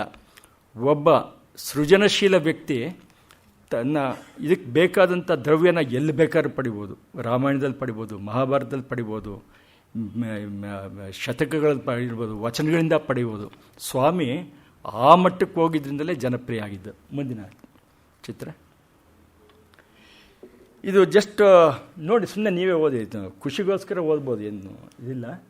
ಕೈಕಾಲು ಮೈನವಿರು ಬಾಲಮೂತಿಗಳುಂಟು ಬರಿಗೊಂಬೆಯಲ್ಲ, ಹಾಲ್ಗೆರವ ಮಲೆಯುಂಟು ಮರಿಗದರ ಹಾಲುಂಟು ಆಕಳೇನಲ್ಲ, ಕೊಕ್ಕಳೊಳಗೆ ಬಾಯುಂಟು ಬಾಯೊಳಗೆ ಹಲ್ಲಿಲ್ಲ ಖಗವು ತಾನಲ್ಲ, ಒಗಟು ಬಯಲಾಗಿಪ್ಪನು ಕನ್ನಡದ ಜಾಣ, ಕೈಲಾಗದಿದ್ದವನು ಕನ್ನಡದ ಕೋಣ ಅಂದ್ಬಿಟ್ಟು. ನೋಡಿ ಬಿ ಜಿ ಸ್ವಾಮಿ ಎಲ್ಲಿ ಮನುಷ್ಯ ಈ ಅವರೇ ಬರೆದಿರೋದು, ಇದು ಯಾರು ಎಲ್ಲೋ ಬೇರೆ ಏನು ಸರ್ವಜ್ಞ ಕವಿ ಅಲ್ಲ, ವೇಮನಂದಲ್ಲ, ಇದು ಅವರೇ ಬರೆದಿರೋದು. ಇದೇನಪ್ಪ ಹೊಗಟು ಅಂತ ನಾನಂತೂ ತೀರ್ಮಾನ ಮಾಡಿದೆ. ನಾನೇನೋ ಕನ್ನಡದ ಕೋಣ, ನನಗೆ ಗೊತ್ತಾಗಲಿಲ್ಲ ಏನಪ್ಪ ಇದು ಬೀಜಲ್ಲಿ ಆಗ್ತದೆ. ಮುಂದಿನ ತೋರಿಸಿ ಗೊತ್ತಾಗ್ತದೆ. ನೋಡಿ ಪ್ಲಾಟೈಪಸ್ ಬಗ್ಗೆ ಎಷ್ಟು ಚೆನ್ನಾಗಿರಿ. ಒಬ್ಬ ಜುವಾಲಜಿ ಮೇಸ್ಟ್ರು ಈ ಥರ ಹೇಳ್ಕೊಟ್ರೆ ಹೈಸ್ಕೂಲಲ್ಲೋ ಕಾಲೇಜ್ನಲ್ಲೋ ಯಾತಕ್ಕೆ ಪ್ಲಾಟೈಪಸ್ ಅರ್ಥವಾಗಲ್ಲ? ಪ್ಲಾಟೈಪಸ್ ಅಂತೇಳಿ ಅದೇನಾದ್ರೂ ಅದೆಲ್ಲ ಹೈ ಇಂಗ್ಲೀಷ್ನಲ್ಲಿ ಸೈಂಟಿಫಿಕ್ ಆಗಿಬಿಟ್ರೆ ಯಾರಿಗೆ ಅರ್ಥವಾಗ್ತದೆ? ಇದು ನೋಡಿ ಸದಾ ನಿಲ್ಲುತ್ತಿದ್ದು. ಅದು ಸ್ತನಿ ರೂಪನೂ ಇದೆ, ಸರೀಸೃಪ ಕ್ಯಾರೆಕ್ಟರ್ಸು ಇದೆ, ಮತ್ತು ಖಗಂದ ಕ್ಯಾರೆಕ್ಟರ್ ಕೂಡ ಇದೆ. ಅಷ್ಟು ಇದು ತಲೆಗೆ ನಿಂತುಬಿಡುತ್ತೆ. ಅದು ಈ ಚಿತ್ರ ಸ್ವಾಮಿಯವರು ಉಪಯೋಗಿಸಲಿಲ್ಲ. ನಾನು ಗೂಗಲ್ ಮನೆ ದೇವ್ರು ನಂದು, ಗೂಗಲ್ ಮನೆ ದೇವ್ರಿಗೆ ಹೋದರೆ ಒಂದಷ್ಟು ಸಿಗುತ್ತವೆ ಚಿತ್ರಗಳು. ಆವಾಗ ಪಾಪ ಪ್ರಿಂಟ್ ಮಾಡೋಕ್ಕೆ ಇಷ್ಟು ಕ್ವಾಲಿಟಿ ಸಿಗ್ತಾ ಇರಲಿಲ್ಲ, ಈಗ ಸಿಗುತ್ತೆ. ಅದನ್ನು ಆ ಜಾಗದಲ್ಲಿ ಹಾಕಿದೆ ಅಷ್ಟೇ. ಈ ಪ್ಲಾಟೈಪಸ್ ಬಗ್ಗೆ ಈ ಥರ ಬರೆದಿದ್ದಾರೆ. ಮುಂದಿನ ಜೀವನ ಪತ್ರಿಕೆ ನಮ್ಮ ಮೇಡಮ್ ಇಲ್ಲೇ ಇದ್ದಾರೆ, ನಾನು ಸಂತೋಷ ಪಡಬೇಕು. ವಸಂತಶ್ರೀ ಅವರು ಇವರ ದಯಪಾಲಿಸಿದ್ರಿಂದ ನಾನು ಜೀವನ ಪತ್ರಿಕೆನ ಇದಕ್ಕೆ ಬಳಸ್ಕೊಳ್ಳೋಕ್ಕೆ ಸಾಧ್ಯ ಆಯಿತು. ಜೀವ ವಿಜ್ಞಾನದ ತಿಲೋತ್ತಮೆ ಅಂತಾರೆ. ಯಾರು ತಿಲೋತ್ತಮೆ ಅಂತಂದರೆ ನಿಮಗೆ ಮಹಾಭಾರತ ಓದೋರಿಗೆ ಗೊತ್ತಿರುತ್ತೆ. ರಂಭೆ ಊರ್ವಶಿಯರನ್ನ ಮೀರಿಸಿದಂಥ ಒಬ್ಬ ಹೆಣ್ಣು. ಯಾರೋ ರಾಕ್ಷಸರಿಬ್ಬರು ಬಂದಾಗ ಮತ್ತು ಬ್ರಹ್ಮನ ಹತ್ರಕ್ಕೆ ಇವರೆಲ್ಲ ದೇವತೆಗಳು ಮಾಮೂಲಿ ಹೋಗ್ತಾರಲ್ಲ ಅಪೀಲ್, ಬ್ರಹ್ಮನಿಗೆ ಅಪೀಲ್ ಮಾಡ್ಕೋಬೇಕು. ಸುಪ್ರೀಂ ಕೋರ್ಟ್ ಜಡ್ಜ್ ಅವನೇನೆ. ಅಲ್ಲಿಗೆ ಹೋದಾಗ ಅವನು ಒಬ್ಬ ತಿಲೋತ್ತಮೆ ಅಂತ ಹೇಳ್ಬಿಟ್ಟು ಒಬ್ಬಳ ಸೃಷ್ಟಿ ಮಾಡಿಬಿಟ್ಟು ಇವರಿಬ್ಬರು ಜಗಳಾಡೋ ಥರ ಮಾಡಿಬಿಡ್ತಾನೆ. ಅದು ಯಾತಕ್ಕೆ ಪ್ರಸಂಗ ಬಂತು ಅಂದರೆ ಮುಂದಿಂದಕ್ಕೆ ಹೋಗಿ ಹೇಳ್ತೀನಿ ನಾನು. ಯೂಗ್ಲಿನ ಅಂತ ಒಂದು ಕಣ್ಣಿಗೆ ಕಾಣಲ್ಲ, ಆದರೆ ಮೈಕ್ರೋಸ್ಕೋಪ್ನಲ್ಲಿ ಈ ಚರಂಡಿನಲ್ಲಿ ಅಲ್ಲಿ ಇಲ್ಲಿ ಯಾವ ಕೊಳಕು ನೀರಿನಲ್ಲಿ ಬೇಕಾಗಿರುತ್ತೆ. ಅತ್ಯಂತ ಸಣ್ಣ ಪ್ರಾಣಿ, ಮೈಕ್ರೋಸ್ಕೋಪ್ನಲ್ಲಿ ಮಾತ್ರ ನೋಡಬಹುದಾದ್ದು. ಇದಕ್ಕೆ ವಿಶೇಷ ಏನು ಅಂತಂದರೆ ಕ್ಲೋರೋಪ್ಲಾಸ್ಟ್ ಇದೆ. ಅಂತಂದರೆ ಸಾಮಾನ್ಯಕ್ಕೆ ಸಸ್ಯಗಳಲ್ಲಿ ದ್ಯುತಿ ಸಂಶ್ಲೇಷಣೆಗೆ ಬಳಸೋಂಥ ಕ್ಲೋರೋಪ್ಲಾಸ್ಟ್ ಇರುತ್ತೆ. ಅದ್ರ ಜೊತೆಗೆ ಈ ಫ್ಲಾಜೆಲ್ಲ ಅಂತ ಇದು ಒಂದು ಜಾಗದಿಂದ ಇನ್ನೊಂದು ಕಡೆಗೆ ಓಡಾಡುತ್ತೆ. ಸರಿ, ಶುರುವಾಯಿತು ಈ ಬಾಟ್ನಿಯವ್ರಿಗೂ ಮತ್ತು ಜುವಾಲಜಿ ಅವ್ರಿಗೂ. ಪ್ರಾಣಿ ವಿಜ್ಞಾನದವರು ಇದು ಪ್ರಾಣಿಗೆ ಸೇರಿಸ್ಬೇಕು ಅಂತ, ಇವರು ಬಾಟ್ನಿಯವರು ಇಲ್ಲ ಕ್ಲೋರೋಪ್ಲಾಸ್ಟ್ ಇದೆ, ಅದರ ಆಹಾರ ತಯಾರು ಮಾಡ್ಕೊತ ಇದೆ. ಯಾವ ಪ್ರಾಣಿಗಳಲ್ಲಿ ಕ್ಲೋರೋಪ್ಲಾಸ್ಟ್ ಇರುತ್ತೆ? ಸಾಧ್ಯ ಇರಲ್ಲ. ಆದ್ದರಿಂದ ಅದು ಬಾಟ್ನಿಗೆ ಸೇರಬೇಕು ಅಂತ ಅವರಿಬ್ಬರು ಯುದ್ಧನ ಸುಂದರೋಪ ಸುಂದರು ಅಂತ ಆಗ ಅವ್ರಿಗೆ ಹೋಲಿಸ್ಬಿಟ್ಟು ಈ ಯೂಗ್ಲಿನ ತಿಲೋತ್ತಮೆ ಅಂತ ಕೊಡ್ತಾರೆ. ಇಡೀ ಇದನ್ನು ಅದು ಎಷ್ಟು ಚೆನ್ನಾಗಿದೆ. ಅದು ಒಳಗಡೆ ಇದನ್ನೆಲ್ಲ ರಚನೆ ಬರೆದಿದ್ದಾರೆ. ಇಂಗ್ಲೀಷಲ್ಲಿ ನಾನು ರಿಪ್ಲೇಸ್ ಮಾಡಿಲ್ಲ, ಹಾಗೇ ಇದೆ. ಇದು ಇವತ್ತಿಗೂ ಕೂಡ ಆ ಜಟಾಪಟಿ ಇದ್ದೇ ಇದೆ. ಇದನ್ನು ಎಷ್ಟು ಚೆನ್ನಾಗಿ ಹೇಳ್ತಾರೆ. ತಿಲೋತ್ತಮೆ ಅಂತ ನೀವು ಗೊತ್ತಿಲ್ಲದಿದ್ರೆ ಯಾರು ತಿಲೋತ್ತಮೆ ಅಲ್ಲಿಗೆ ಹೋಗ್ತಾರೆ. ಪೌರಾಣಿಕ ಪರಿಕಲ್ಪನೆಗಳು ಮಹಾಭಾರತದಿಂದ ಬೇಕಾದಷ್ಟು ಅಂತಾರೆ. ಅದು ಧೃತರಾಷ್ಟ್ರ ಅಂತ ಅಂತಾರೆ, ಭೀಮನ್ ಕ್ಯಾರೆಕ್ಟರ್ ಅಂತಾರೆ. ಬಹುಶಃ ನನಗೆ ಗೊತ್ತಿರಾಗೆ ಅಂತಾರಾಷ್ಟ್ರೀಯ ಮಟ್ಟದಲ್ಲಿ ಖ್ಯಾತಿ ಪಡೆದಿರೋ ವಿಜ್ಞಾನಿ ಈ ಥರ ಪುರಾಣ ನಮ್ಮ ನಡುವಿನ ಸಾಹಿತ್ಯನ ಇಷ್ಟು ಧಾರಾಳವಾಗಿ ಬಳಸ್ಕೊಂಡಿದ್ದು ಬಿ ಜಿ ಸ್ವಾಮಿ ಥರ ಬೇರೆ ಯಾರು ನಾನು ನೋಡಲಿಲ್ಲ. ಮುಂದಿನ ಚಿತ್ರ.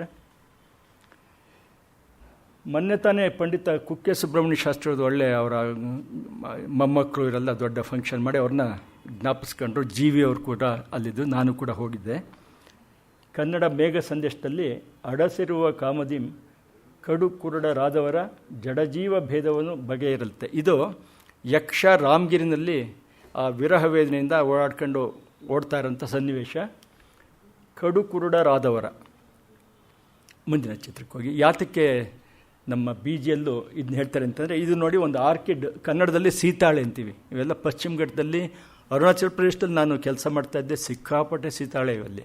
ಅಲ್ಲೊಬ್ಬರು ಹೆಗ್ಡೆ ಅಂತ ಅಂತಾರಾಷ್ಟ್ರೀಯ ಮಟ್ಟದಲ್ಲಿ ಕೆಲಸ ಮಾಡಿದ್ದಾರೆ. ನೋಡಿ ಈ ಸೀತಾಳೆದು ಈ ಎಂಥ ಇದಿರುತ್ತೆ ರೀ, ಕೆಲವು ಗಿಡಗಳಿಗೆ ಈ ಛದ್ಮವೇಷ ಅಂತೀವಿ.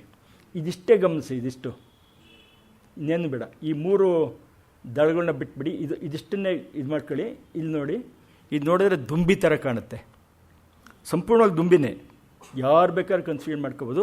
ಒಂದು ವೆರೈಟಿ ಇದೆ ದುಂಬಿನಲ್ಲಿ. ಆ ದುಂಬಿಗಳಿಗೆ ಇದು ಹೆಣ್ಣು ದುಂಬಿ ಆಗಿ ಕಾಣುತ್ತಿದ್ದು. ಈ ಕೆಂಪಿದ್ರದ್ದು ಆಫ್ರಿಸ್ ಸ್ಪೆಕ್ಯುಲಮ್ ಅಂತ ಯಾರೋ ತುಂಬ ಇದು ಮಾಡಿದ್ರೆ, ಸಾಕಷ್ಟು ಇದು ಮಾಡಿದರೆ. ಇದು ಹೆಣ್ಣು ದುಂಬಿ ಅಂತ ತಿಳ್ಕೊಂಡು ಗಂಡು ದುಂಬಿ ಬಂದು ಸಂಭೋಗ ಕ್ರಿಯೆಯಲ್ಲಿ ನಿರತವಾಗಬೇಕು ಅಂತ ಬಂದು ಅಲ್ಲಿ ತಗಲಾಕೊಳ್ಳುತ್ತೆ. ಆವಾಗ ಅದರಲ್ಲಿರೋ ಪೋಲನ್ಸ್ ಇದೆಯಲ್ಲ, ಪರಾಗ ರೇಣುಗಳು, ಆ ಪರಾಗ ರೇಣು ಅದ್ರ ಕಾಲಿಗೆ ಕಚ್ಕೊಂಡ್ಬಿಟ್ಟು ಮತ್ತೆ ಆ ಹೆಣ್ಣಿನ ಒಂದು ಓವರಿ ಅಂಡಾಶಯಕ್ಕೆ ಹೋಗ್ಬಿಟ್ಟು ಅಲ್ಲಿ ಅದು ಹೋದಾಗ ಪಾಲಿನೇಷನ್, ಪರಾಗಸ್ಪರ್ಶ ಆಗುತ್ತೆ. ನೋಡಿ ನಿಸರ್ಗ ನಾವು ಅಂತೀವಿ ಅದು ಎಂಥ ಇದು ಹೇಗೆ ಕ್ರಿಯೇಟ್ ಮಾಡ್ತಿದ್ನ ಅಂತ. ಅದಕ್ಕೆ ಬುದ್ಧಿ ಇದೆಯಾ? ಯೋಚನೆ ಮಾಡೋಷ್ಟು ಬುದ್ಧಿ ಇದೆಯಾ? ಆದರೆ ಇದನ್ನು ಮತ್ತೆ ತಿರ್ಗಾ ಗಂಡು ದುಂಬಿ ಬರುತ್ತಂತೆ, ಅದು ಹೆಣ್ಣು ಅಂತ ಅಂದ್ಕೊಂಡು. ಅದನ್ನು ನಮ್ಮ BGL ಸ್ವಾಮಿಯವರು ಆ ಯಕ್ಷನಿಗೆ ಹೋಲಿಸಿ ಕಾಮದಿಂದ ಕಡು ಕುರುಡಾದ ಮತ್ತೆ ಮತ್ತೆ ಬರುತ್ತಂತಿದ್ದು ಗೊತ್ತಿದ್ರು ಕೂಡ ಮತ್ತೆ ಹೆಣ್ಣು ಅಂತ ಭಾವಿಸುತ್ತೆ, ಮತ್ತೆ ಸಂಭವಕ್ಕದು ಬರುತ್ತೆ. ಹೀಗಾಗಿ ಈ ಗಿಡದ ಇಡೀ ವರ್ಣನೆ ಅವ್ರು ಕೊಡ್ತಾರೆ. ನಾವು ಹೇಗೆ ಮರೆಯೋಕ್ಕಾಗತ್ತೆ ಈ ಸೀತಾಳೆ ಗಿಡದ್ದು? ಈ ಥರ ನಮ್ಗೆ ಯಾವ ಮೇಷ್ಟು ಸಿಕ್ಕಿರಲಿಲ್ಲ. ಏನಿದ್ರು ಎಕ್ಸಾಮಿನೇಷನ್ಗೆ IMP ಅಂತ ಬರ್ಕೊಂತ ಇದ್ವಿ ನಮ್ಮ ಕಾಲದಲ್ಲಿ, ಇಂಪಾರ್ಟೆಂಟ್ ಅಂತ ಅಂಡರ್ಲೈನ್ ಮಾಡ್ಕೊಂಡು ರೆಡ್ ಇಂಕಲ್ಲಿ ಮಾಡ್ಕೊಂಡು ಎಕ್ಸಾಮಿಗೆ ಬರ್ಬೋದು ಅಂತ ಹೇಳ್ಬಿಟ್ಟು ಬರೀ ಎಕ್ಸಾಮ್ ಓರಿಯೆಂಟೆಡೇ ಮಾಡ್ಕೊಂಡು ಹೊರತು ಈ ಸೀತಾಳೆ ಗೀತಾಳೆ ಇವೆಲ್ಲ ನಾವು ಓದಿದ್ದು ಆ ನರಕದಿಂದ ತಪ್ಪಿಸ್ಕೊಂಡು ಬಂದು ಆಚೆಗೆ ಬಂದಮೇಲೆ. ಅದು ಜೀವನ ಬೇರೆ ಇರುತ್ತೆ, ಪಾಠ ಬೇರೆ ಇರುತ್ತೆ. ನಮ್ಗೆ ಬರೀ ಇದೇ ಥರ ಬೈಹಾಟ್ ಮಾಡಿಸೋದು, ಹೆದರಿಸೋದು, ಪರೀಕ್ಷೆ ಬರುತ್ತೆ ಅಂಡರ್ಲೈನ್ ಮಾಡ್ಕೊಳ್ರೋ, ನಾವು ವೆರಿ ವೆರಿ ಇಂಪಾರ್ಟೆಂಟ್ ಅಂತ ಬೇರೆ ಇನ್ನೊಂದು ಬೇರೆ ಇತ್ತು, ಅಡಿಷನಲ್ ಅಬ್ಜೆಕ್ಟಿವ್, ಆ ಥರ ಮಾಡ್ಕೊಂಡು ಬಹುಶಃ ಅನೇಕ ಜನ ಇಲ್ಲಿರ್ಬೋದು ಇದು ಮಾಡಿರೋರು. ಇದು ದುಂಬಿ ಸೀತಾಳೆ ಲಕ್ಷಣ. ಇದು ನಮ್ಮ ಪಶ್ಚಿಮ ಘಟ್ಟದಲ್ಲಿ ಈಗ ಇಂಥ ಸೀತಾಳೆಗಳು ಈಗಲಿವೆ. ಮುಂದಿನ ಇದು ನಾನು ಆಗಲೇ ಹೇಳಿದೆ, ಶಾಸನಗಳ ಬಗ್ಗೆ ಸ್ವಾಮಿಯವ್ರಿಗೆ ಎಂಥ ಆಸಕ್ತಿ ಇತ್ತು ಅಂತಂದರೆ, ಶಾಸನಗಳಲ್ಲಿ ಗಿಡ ಮರಗಳು ಅನ್ನೋದು ಅವ್ರಿಗೆ 75ರಲ್ಲಿ ಬರೆದಿದ್ದು. ದೌರ್ಗಂಧಿಕ ಅಪಹರಣ, ಹಸಿರು ಹೊನ್ನು, ನಮ್ಮ ಹೊಟ್ಟೆಯಲ್ಲಿ ದಕ್ಷಿಣ ಅಮೆರಿಕ, ಸಾಕ್ಷಾತ್ಕಾರದ ಹಾದಿಯಲ್ಲಿ, ಫಲಶ್ರುತಿ, ಸಸ್ಯಜೀವಿ ಪ್ರಾಣಿಜೀವಿ, ಸಸ್ಯ ಪುರಾಣ, ಬೃಹದಾರಣ್ಯಕ, ಇದಿಷ್ಟುನ ವಿಜ್ಞಾನವನ್ನು ಅತ್ಯಂತ ತಿಳಿಯಾಗಿ ಅತ್ಯಂತ ಆಪ್ತವಾಗಿ ನಿಮ್ಮ ಕಥೆನೇನು ಅನ್ನೋ ಥರ ಬರೆದಂಥ ವೈಜ್ಞಾನಿಕ. ನಾನು ಸುಮ್ಮನೆ ಒಂದು ಬೌಂಡ್ರಿ ಹಾಕಿದ್ದೀನಿ ಅಷ್ಟೇ, ಅವರು ವಿಜ್ಞಾನದ ಇದು ಈ ಟೈಟ್ಲ್ಸ್ ಇದೆ ಅಂತ ಹೇಳ್ಬಿಟ್ಟು. ಮುಂದಿನ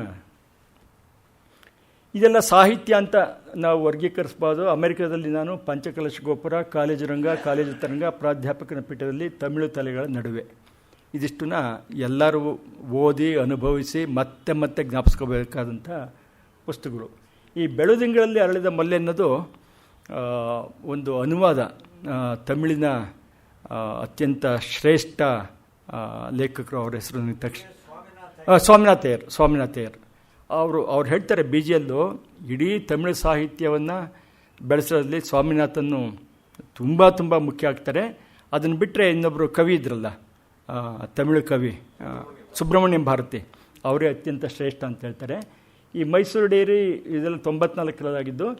ಚಿದಂಬರಂ ನಟರಾಜ ನಾನು ಓದೋಕ್ಕಾಗಿಲ್ಲ, ಅದು ಇಲ್ಲ ಆಯಿತಾ, ಅದು ನಾನು ಓದೋಕ್ಕಾಗಿಲ್ಲ. ಫ್ಲವರ್ಸ್ ಟು ಫ್ರೂಟ್ಸ್ ನನ್ನ ಹತ್ರ ಇದೆ.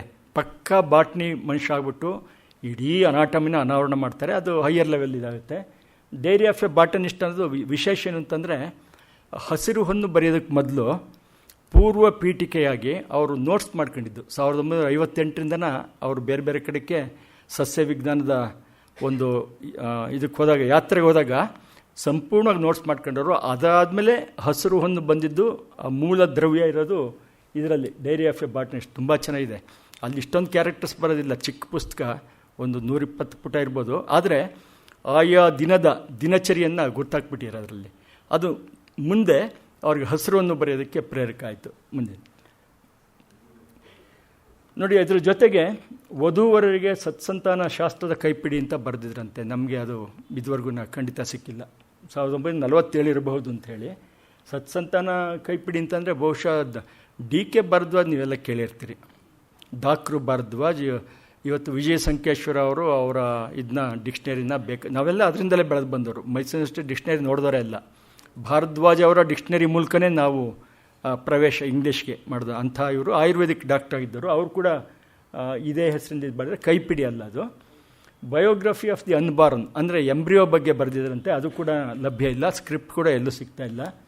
ನವತಂತ್ರದ ಕಥೆಗಳು, ಸುಬ್ರಹ್ಮಣ್ಯ ಭಾರತಿಯವರ ತಮಿಳು ಕಥೆಗಳ ಅನುವಾದನಂತೆ, ಅದು ಕೂಡ ಇದುವರೆಗೂ ಸಿಕ್ಕಿಲ್ಲ. ಬೋಧೆಯಿನ್ ಪಾದೆ ಇಲ್ಲ ಅನ್ನೋದು ಸಾಕ್ಷಾತ್ಕಾರದ ದಾರಿಯಲ್ಲಿ ಅನ್ನೋದರ ತಮಿಳ ಅವತರಣಿಕೆ ಇವರೇ ಮಾಡಿದ್ದು. ಅದು ಸಿಗುತ್ತೆ ಅಂತ ಹೇಳ್ತಾರೆ. ಯಾವ ವರ್ಷ ಅಂತ ನಮಗೆ ಗೊತ್ತಿಲ್ಲ, ಎಲ್ಲಿದೆ ಅಂತಲೂ ಕೂಡ ಗೊತ್ತಿಲ್ಲ. ಯಾವುದೋ ಒಂದು ಇದರಲ್ಲಿ ಲೈಬ್ರರಿ ಇದೆ ಅಂತ ಹೇಳಿರೋದು. ಮುಂದಿನ ಚಿತ್ರ, ಒಬ್ಬ ಸ್ವಾಮಿನ ವ್ಯಂಗ್ಯ ಚಿತ್ರಕಾರನಾಗಿ ನೋಡಿದ್ರೆ ಅದ್ಭುತವಾದ ಗೆರೆಗಳ ಮಾಂತ್ರಿಕ ಸ್ಪರ್ಶ. ನಾವು ಡೆಕ್ಕನಾಡು ಓದ್ತಿದ್ದೆ ಮೂರ್ತಿಯವರು ಕಾರ್ಟೂನ್ಗೋಸ್ಕರ. ಅಂಥ ಪ್ರಬುದ್ಧವಾದ ಲಕ್ಷ್ಮಣ್ ಅವ್ರದ್ದು ಟೈಮ್ಸ್ ಆಫ್ ಇಂಡಿಯಾದಲ್ಲಿ ಕಾರ್ಟೂನ್ ಹೇಗೆ ಬರೋದು. BGL ಸ್ವಾಮಿ ನೋಡಿ, ಇದರಲ್ಲಿ ಅವರು ಅಮೆರಿಕಕ್ಕೆ ಹೋದಾಗ ಇದೆಲ್ಲ ಅಮೆರಿಕನ್ ದಂಪತಿಗಳದ್ದು ಇದ್ರದ್ದು. ಈಕೆ ಸೀರೆ ಉಟ್ಕೋಬೇಕು ಅಂತ ಆಸೆ ಆಗುತ್ತೆ. ಗಂಡ ಏನಪ್ಪ ಅಧ್ವಾನ ಇದು, ಲಕ್ಷಣವಾಗಿ ಸ್ಕರ್ಟ್ ಹಾಕ್ಕೊಂಡಿರಬಾರ್ದು ಅಂತಾನೆ. ನಾನು ಸೀರೆ ಉಡ್ತೀನಿ ಅಂತ ಹೇಳ್ಬಿಟ್ಟು ಅಮೆರಿಕದಲ್ಲಿ ನಾನು ಅದರಲ್ಲಿ ಇವರು BGL ಸ್ವಾಮಿಯವರು ಆ ಚಿತ್ರಿಸಿರೋದು ಎಷ್ಟು ಚೆನ್ನಾಗಿದೆ ನೋಡಿ. ಇದ್ರದ್ದು ಆ ಪೋಸ್ಚರೇ ವಿಭಿನ್ನವಾಗಿದೆ. ಇಲ್ಲಿ ಬಂದಾಗ ಸ್ವಾಮಿ ಸಂಪೂರ್ಣ ಬಾಟ್ನಿಸ್ಟ್ ಅಲ್ವೇ ಅಲ್ಲ, ಅವರು ಒಬ್ಬ ವ್ಯಂಗ್ಯ ಚಿತ್ರ ಕಲಾವಿದ. ಮುಂದಿನ ಬೆಳ್ಳಾವಿ ವೆಂಕಟನಾಡಪ್ಪನವ್ರ ಹೈಟ್ಗೆ ನಾವು ಹೇಳಬೇಕಾದಿಲ್ಲ, ಎಷ್ಟು ಎತ್ತರ ಆದ್ರೂ ತಾಳೆ ಮರ ಅಂತ ಅನ್ನೋರಾಗ ನೋಡಿ, ಅಷ್ಟು ಎತ್ತರದ ಮನುಷ್ಯನಿಗೆ ಇವರು ದಿನ ತುಳಸಿ ಎಲೆ ಇದು ಮಾಡೋರಂತೆ, ದಿನ ಅವ್ರ ಮನೆ ಮುಂದೆ ಹೋಗ್ಬೇಕಾಯ್ತಂತೆ. ಇದು BGL ಸ್ವಾಮಿ ಮತ್ತು ಬೆಳ್ಳಾವಿ ವೆಂಕಟನಾಡಪ್ಪನವರು. ಈಗಾಗಲೇ ಹೇಳಿದ್ನಲ್ಲ, ಫಿಸಿಕ್ಸು ಇದಾಗಿದ್ದು ಕೂಡ ಕನ್ನಡ ಸಾಹಿತ್ಯ ಪರಿಷತ್ತನ್ನು ಬೆಳೆಸಿದ ಮೊದಲಿಗರಲ್ಲಿ ಬೆಳ್ಳಾವಿ ವೆಂಕಟನಾಡಪ್ಪನವರು ಕೂಡ ಒಬ್ಬರು. ಮುಂದಿನ ಚಿತ್ರ. ಪಿಟೀಲು ಕಲ್ತಿದ್ರು, ಸ್ಪಷ್ಟವಾಗಿ ಅವ್ರಿಗೆ ಒಂದು ಸಂಗೀತದ ಅಭ್ಯಾಸ ಆಗಿತ್ತು. ಅದರಲ್ಲಿ ಒಂದು 2 ಪ್ರಸಂಗ ಬರುತ್ತೆ, ಅದು ವೈಜ್ಞಾನಿಕ ಅಲ್ಲದಿದ್ರೂ ಕೂಡ ನಾನು ಇಲ್ಲಿ ಸುಮ್ಮನೆ ಹೇಳಬೇಕಾಯ್ತು ನಿಮ್ಮ ಹತ್ರ. ಮುಂದಕ್ಕೆ ಮದ್ರಾಸ್ನಲ್ಲಿ ಲಲಿತ ಕಲಾ ಸಂಘನ ಸ್ಥಾಪನೆ ಮಾಡಿದವರೇ BGL ಸ್ವಾಮಿ. ಅಣ್ಣಾಮಲೈ ವಿಶ್ವವಿದ್ಯಾಲಯದಲ್ಲಿ ಒಂದು ಸಂಗೀತ ಪ್ರಯೋಗ ಮಾಡೋದಂತೆ. ಯಾರೋ ಒಬ್ಬ ಬಾಟ್ನಿ ಪ್ರೊಫೆಸರ್ ಏನು ಮಾಡೋದು ಅಂತಂದರೆ, ಅವ್ರ ಸ್ಟೂಡೆಂಟ್ಗೆ ಬಿಟ್ಟು ದಿನ ಅರ್ಧ ಗಂಟೆ ಒಂದು ಮೆಣಸಿನ್ಕಾಯಿ ಮುಂದೆ ಪಿಟೀಲ್ ಬಾರಿಸು ಅಂತ.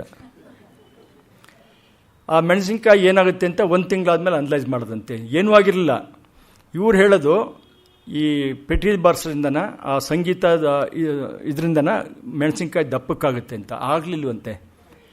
ಆ ಮನುಷ್ಯ ಏನು ಮಾಡಿಬಿಟ್ಟ, ಸ್ಟೂಡೆಂಟ್ಸ್ನ ಗೊತ್ತಲ್ಲ, ರಿಸರ್ಚ್ ಸ್ಟೂಡೆಂಟ್ಸ್ ಅಂತಂದರೆ ಕೂತ್ಕೋಬೇಕು, ಎದ್ದಬೇಕು, ಆ ಸ್ಥಿತಿ ಇರ್ತಾರೆ.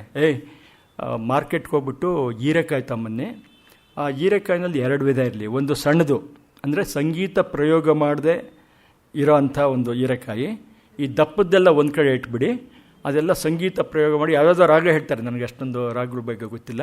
ಈ ದಪ್ಪಕ್ಕಿರೋ ಹೀರೆಕಾಯಿಲ್ಲನ ಆ ರಾಗದಿಂದ ಪ್ರಭಾವಿತವಾಗಿ ಬೆಳೆದಿರೋ ಅಂಥವು ಅಂತ ಹೇಳ್ಬಿಟ್ಟು ಎಕ್ಸಿಬಿಷನ್ ಇಡ್ತಾರಂತೆ. ಸ್ವಾಮಿ ಹೋಗ್ಬಿಟ್ಟು ಚೆನ್ನಾಗಿ ಗೇಲಿ ಮಾಡೋರನ್ನ ನಿಲ್ಲಿಸ್ತಾರೆ ಅದನ್ನ. ಆಗ ಅಂಥ ಇದು ಆಗುತ್ತೆ. ಮತ್ತು ಪುರಂದರದಾಸ ದೇವನಾಮಗಳನ್ನ ತಮಿಳಿಗೆ ಅನುವಾದ ಮಾಡಿ ಅಲ್ಲೇ ಇವ್ರ ಕೈಲಿ ಹಾಡಿಸಿದ್ದಾರೆ. ಇವರು ಅನುವಾದ ಮಾಡಿದವರು ಸ್ವಾಮಿಯವರೇ. ನನಗೆ ಭಾಳಷ್ಟು ಗೊತ್ತೇ ಇಲ್ಲ, ತಮಿಳಿಗೆ ನಮ್ಮ ಪುರಂದರದಾಸರ ಅನುವಾದ ಹೋಗಿ ಅದನ್ನು ಕಚೇರಿನಲ್ಲಿ ಹಾಡಿಸ್ಯಾರಂತೆ. ಅದನ್ನು ನಮ್ಮ ರಾಧಾಕೃಷ್ಣ ಅವರು ತುಂಬ ಸೊಗಸಾಗಿ ದಾಖಲೆ ಮಾಡಿದ್ದಾರೆ. ಅಂದರೆ ಅವರ ಬಹುಮುಖಿ ವ್ಯಕ್ತಿತ್ವಕ್ಕೆ ನಾನು ಹೇಳ್ತಾ ಇದ್ದಿದ್ದು. ಮುಂದಿಂದು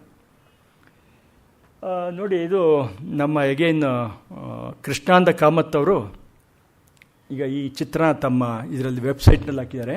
ಇದು ಅಣಬೆದು, ಇದು ಅಗೇರಿಕಸ್ ಅಂತಾರೆ ಬಾಟ್ನಿ. ಇದರಲ್ಲಿ ಆಲ್ಗೆ, ಫಂಗೈ, ಬ್ರಯೋಫೈಟಾ, ಟೆರಿಡೋಫೈಟಾ, ಜಿಮ್ನಾಸ್ಪರ್ಮ್ಸ್, ಆಂಜಿಯೋಸ್ಪರ್ಮ್ಸ್ ಅಂತ ಇವೆಲ್ಲನ ಒಂದು ಸಸ್ಯದಲ್ಲಿ ಕೆಳವರ್ಗದ ಸಸ್ಯಗಳಿಂದ ಹಿಡಿದು ಹೂ ಬಿಡುವ ಸಸ್ಯಗಳು ಮೇಲಿನ ವರ್ಗದಕ್ಕೆ ಹೋಗುತ್ತದು. ಸ್ವಾಮಿಯವರು ಇದರಲ್ಲಿ ಏನು ಮಾಡಿದ್ದಾರೆ ನೋಡಿ, ಈ ಮನುಷ್ಯ ನಿಂತಿರೋ ಕಾಣುತ್ತೆ, ಇದು ಅಣಬೆ. ತಾವೆಲ್ಲ ನೋಡಿರ್ತೀರಿ, ಅಕಸ್ಮಾತ್ ನೀವು ಬೆಂಗಳೂರಿಂದ ಆಚೆ ಹೋಗಿದ್ದರೆ ತಿಪ್ಪೆಗಳಲ್ಲಿ ಅಣಬೆ ಬೆಳೆಯುತ್ತೆ, ಅಗೇರಿಕಸ್ ಅಂತ ಅಂತೀವಿ. ಇದು ಕೆಲವು ಕಡೆ ಇದರದ್ದು ಸಾಂಬಾರು ಕೂಡ ವಿಶೇಷವಾಗಿ ಖಾದ್ಯ ಅಂತ ಹೇಳ್ಬಿಟ್ಟು ಹೋಟೆಲ್ಗಳಲ್ಲಿ ಜಾಸ್ತಿ ಚಾರ್ಜ್ ಮಾಡಿ ತಿನ್ನಿಸೋದು ಉಂಟು, ಸೂಪ್ ಇದರದ್ದು. ಈಗ ಇದು ಕೂಡ ಅಗೇರಿಕಸ್ತೆ ನೋಡಿ, ಇದು ಕೂಡ ಅದೇ. ಅವಕ್ಕೆಲ್ಲನ ಮನುಷ್ಯ ರೂಪ ಕೊಟ್ಟಿದ್ದಾರೆ. ಎಷ್ಟು ಚೆನ್ನಾಗಿದೆ, ಸಾಧ್ಯನೇ ಇಲ್ಲ ನೋಡಿ. ಒಳ್ಳೆ ಲಂಗ ಥರ ಕಾಣುತ್ತಿದ್ದು. ಇದು ಕೂಡ ಒಂಥರ ಸ್ಕರ್ಟ್ ಥರ ಕಾಣುತ್ತೆ, ಇದು ಪೈಜಾಮ ಥರ ಕಾಣುತ್ತೆ ಇದ್ರದ್ದು ನೋಡಿದ್ರದು. ಈ ಒಬ್ಬ ವ್ಯಕ್ತಿ ಬಾಟ್ನಿ ತಾಂಡೋರಿಗೆ ಈದ ಜೀವನ ದರ್ಶನ ಈ ಥರ ಇರುತ್ತಾ ಅಂತ ನನಗೆ ಗೊತ್ತಿರಲ್ಲ. ಇದು ನಮ್ಮ ಕಾಮತ್ ಪಾಟ್ಪುರಿ ನೋಡಿ, ಕಾಪಿರೈಟ್ ಹಾಕೊಂಡಿದ್ದಾರೆ ಕಾಮತ್ ಅವ್ರ ಮನೆಯವರು. ಆಗ ಇದು ಆ ವೆಬ್ಸೈಟಿಂದ ನಾನು ಖುಷಿಗೋಸ್ಕರ ತೆಗೆದ ಚಿತ್ರ ಅಷ್ಟೇ. ಶಾಸನಗಳಲ್ಲಿ ಗಿಡಮರಗಳೊಂದು ನಿಜವಾಗ್ಲೂ ಅತ್ಯಂತ ಪ್ರಬುದ್ಧವಾದ ಸಂಶೋಧನೆ ಆಧರಿಸಿದ ಇದು. ಇಲ್ಲೆಲ್ಲೂ ಕೂಡ ಬೇರೆ ತಮಾಷೆ ಮಾಡೋದಕ್ಕೆ ಅವಕಾಶ ಇಲ್ಲ, ಯಾಕೆಂದರೆ ಆ ವಿಷಯವೇ ಅಷ್ಟೊಂದು ಗಹನವಾಗಿದೆ. ಅವ್ರು ಹೇಳ್ತಾರೆ, ಭಾರತದಲ್ಲಿ ಹಿಂದೆ 5,000 ಬಗೆಯ ಬರೀ ಭತ್ತ, 5,000 ಬಗೆ ಕಾಡಲ್ಲ ಅದನ್ನು ಕಲ್ಟಿವೇಟ್ ಮಾಡಿ ಅಭಿವೃದ್ಧಿಪಡಿಸಿದಂಥ ಭತ್ತಗಳು 5,000 ಇತ್ತಂತೆ.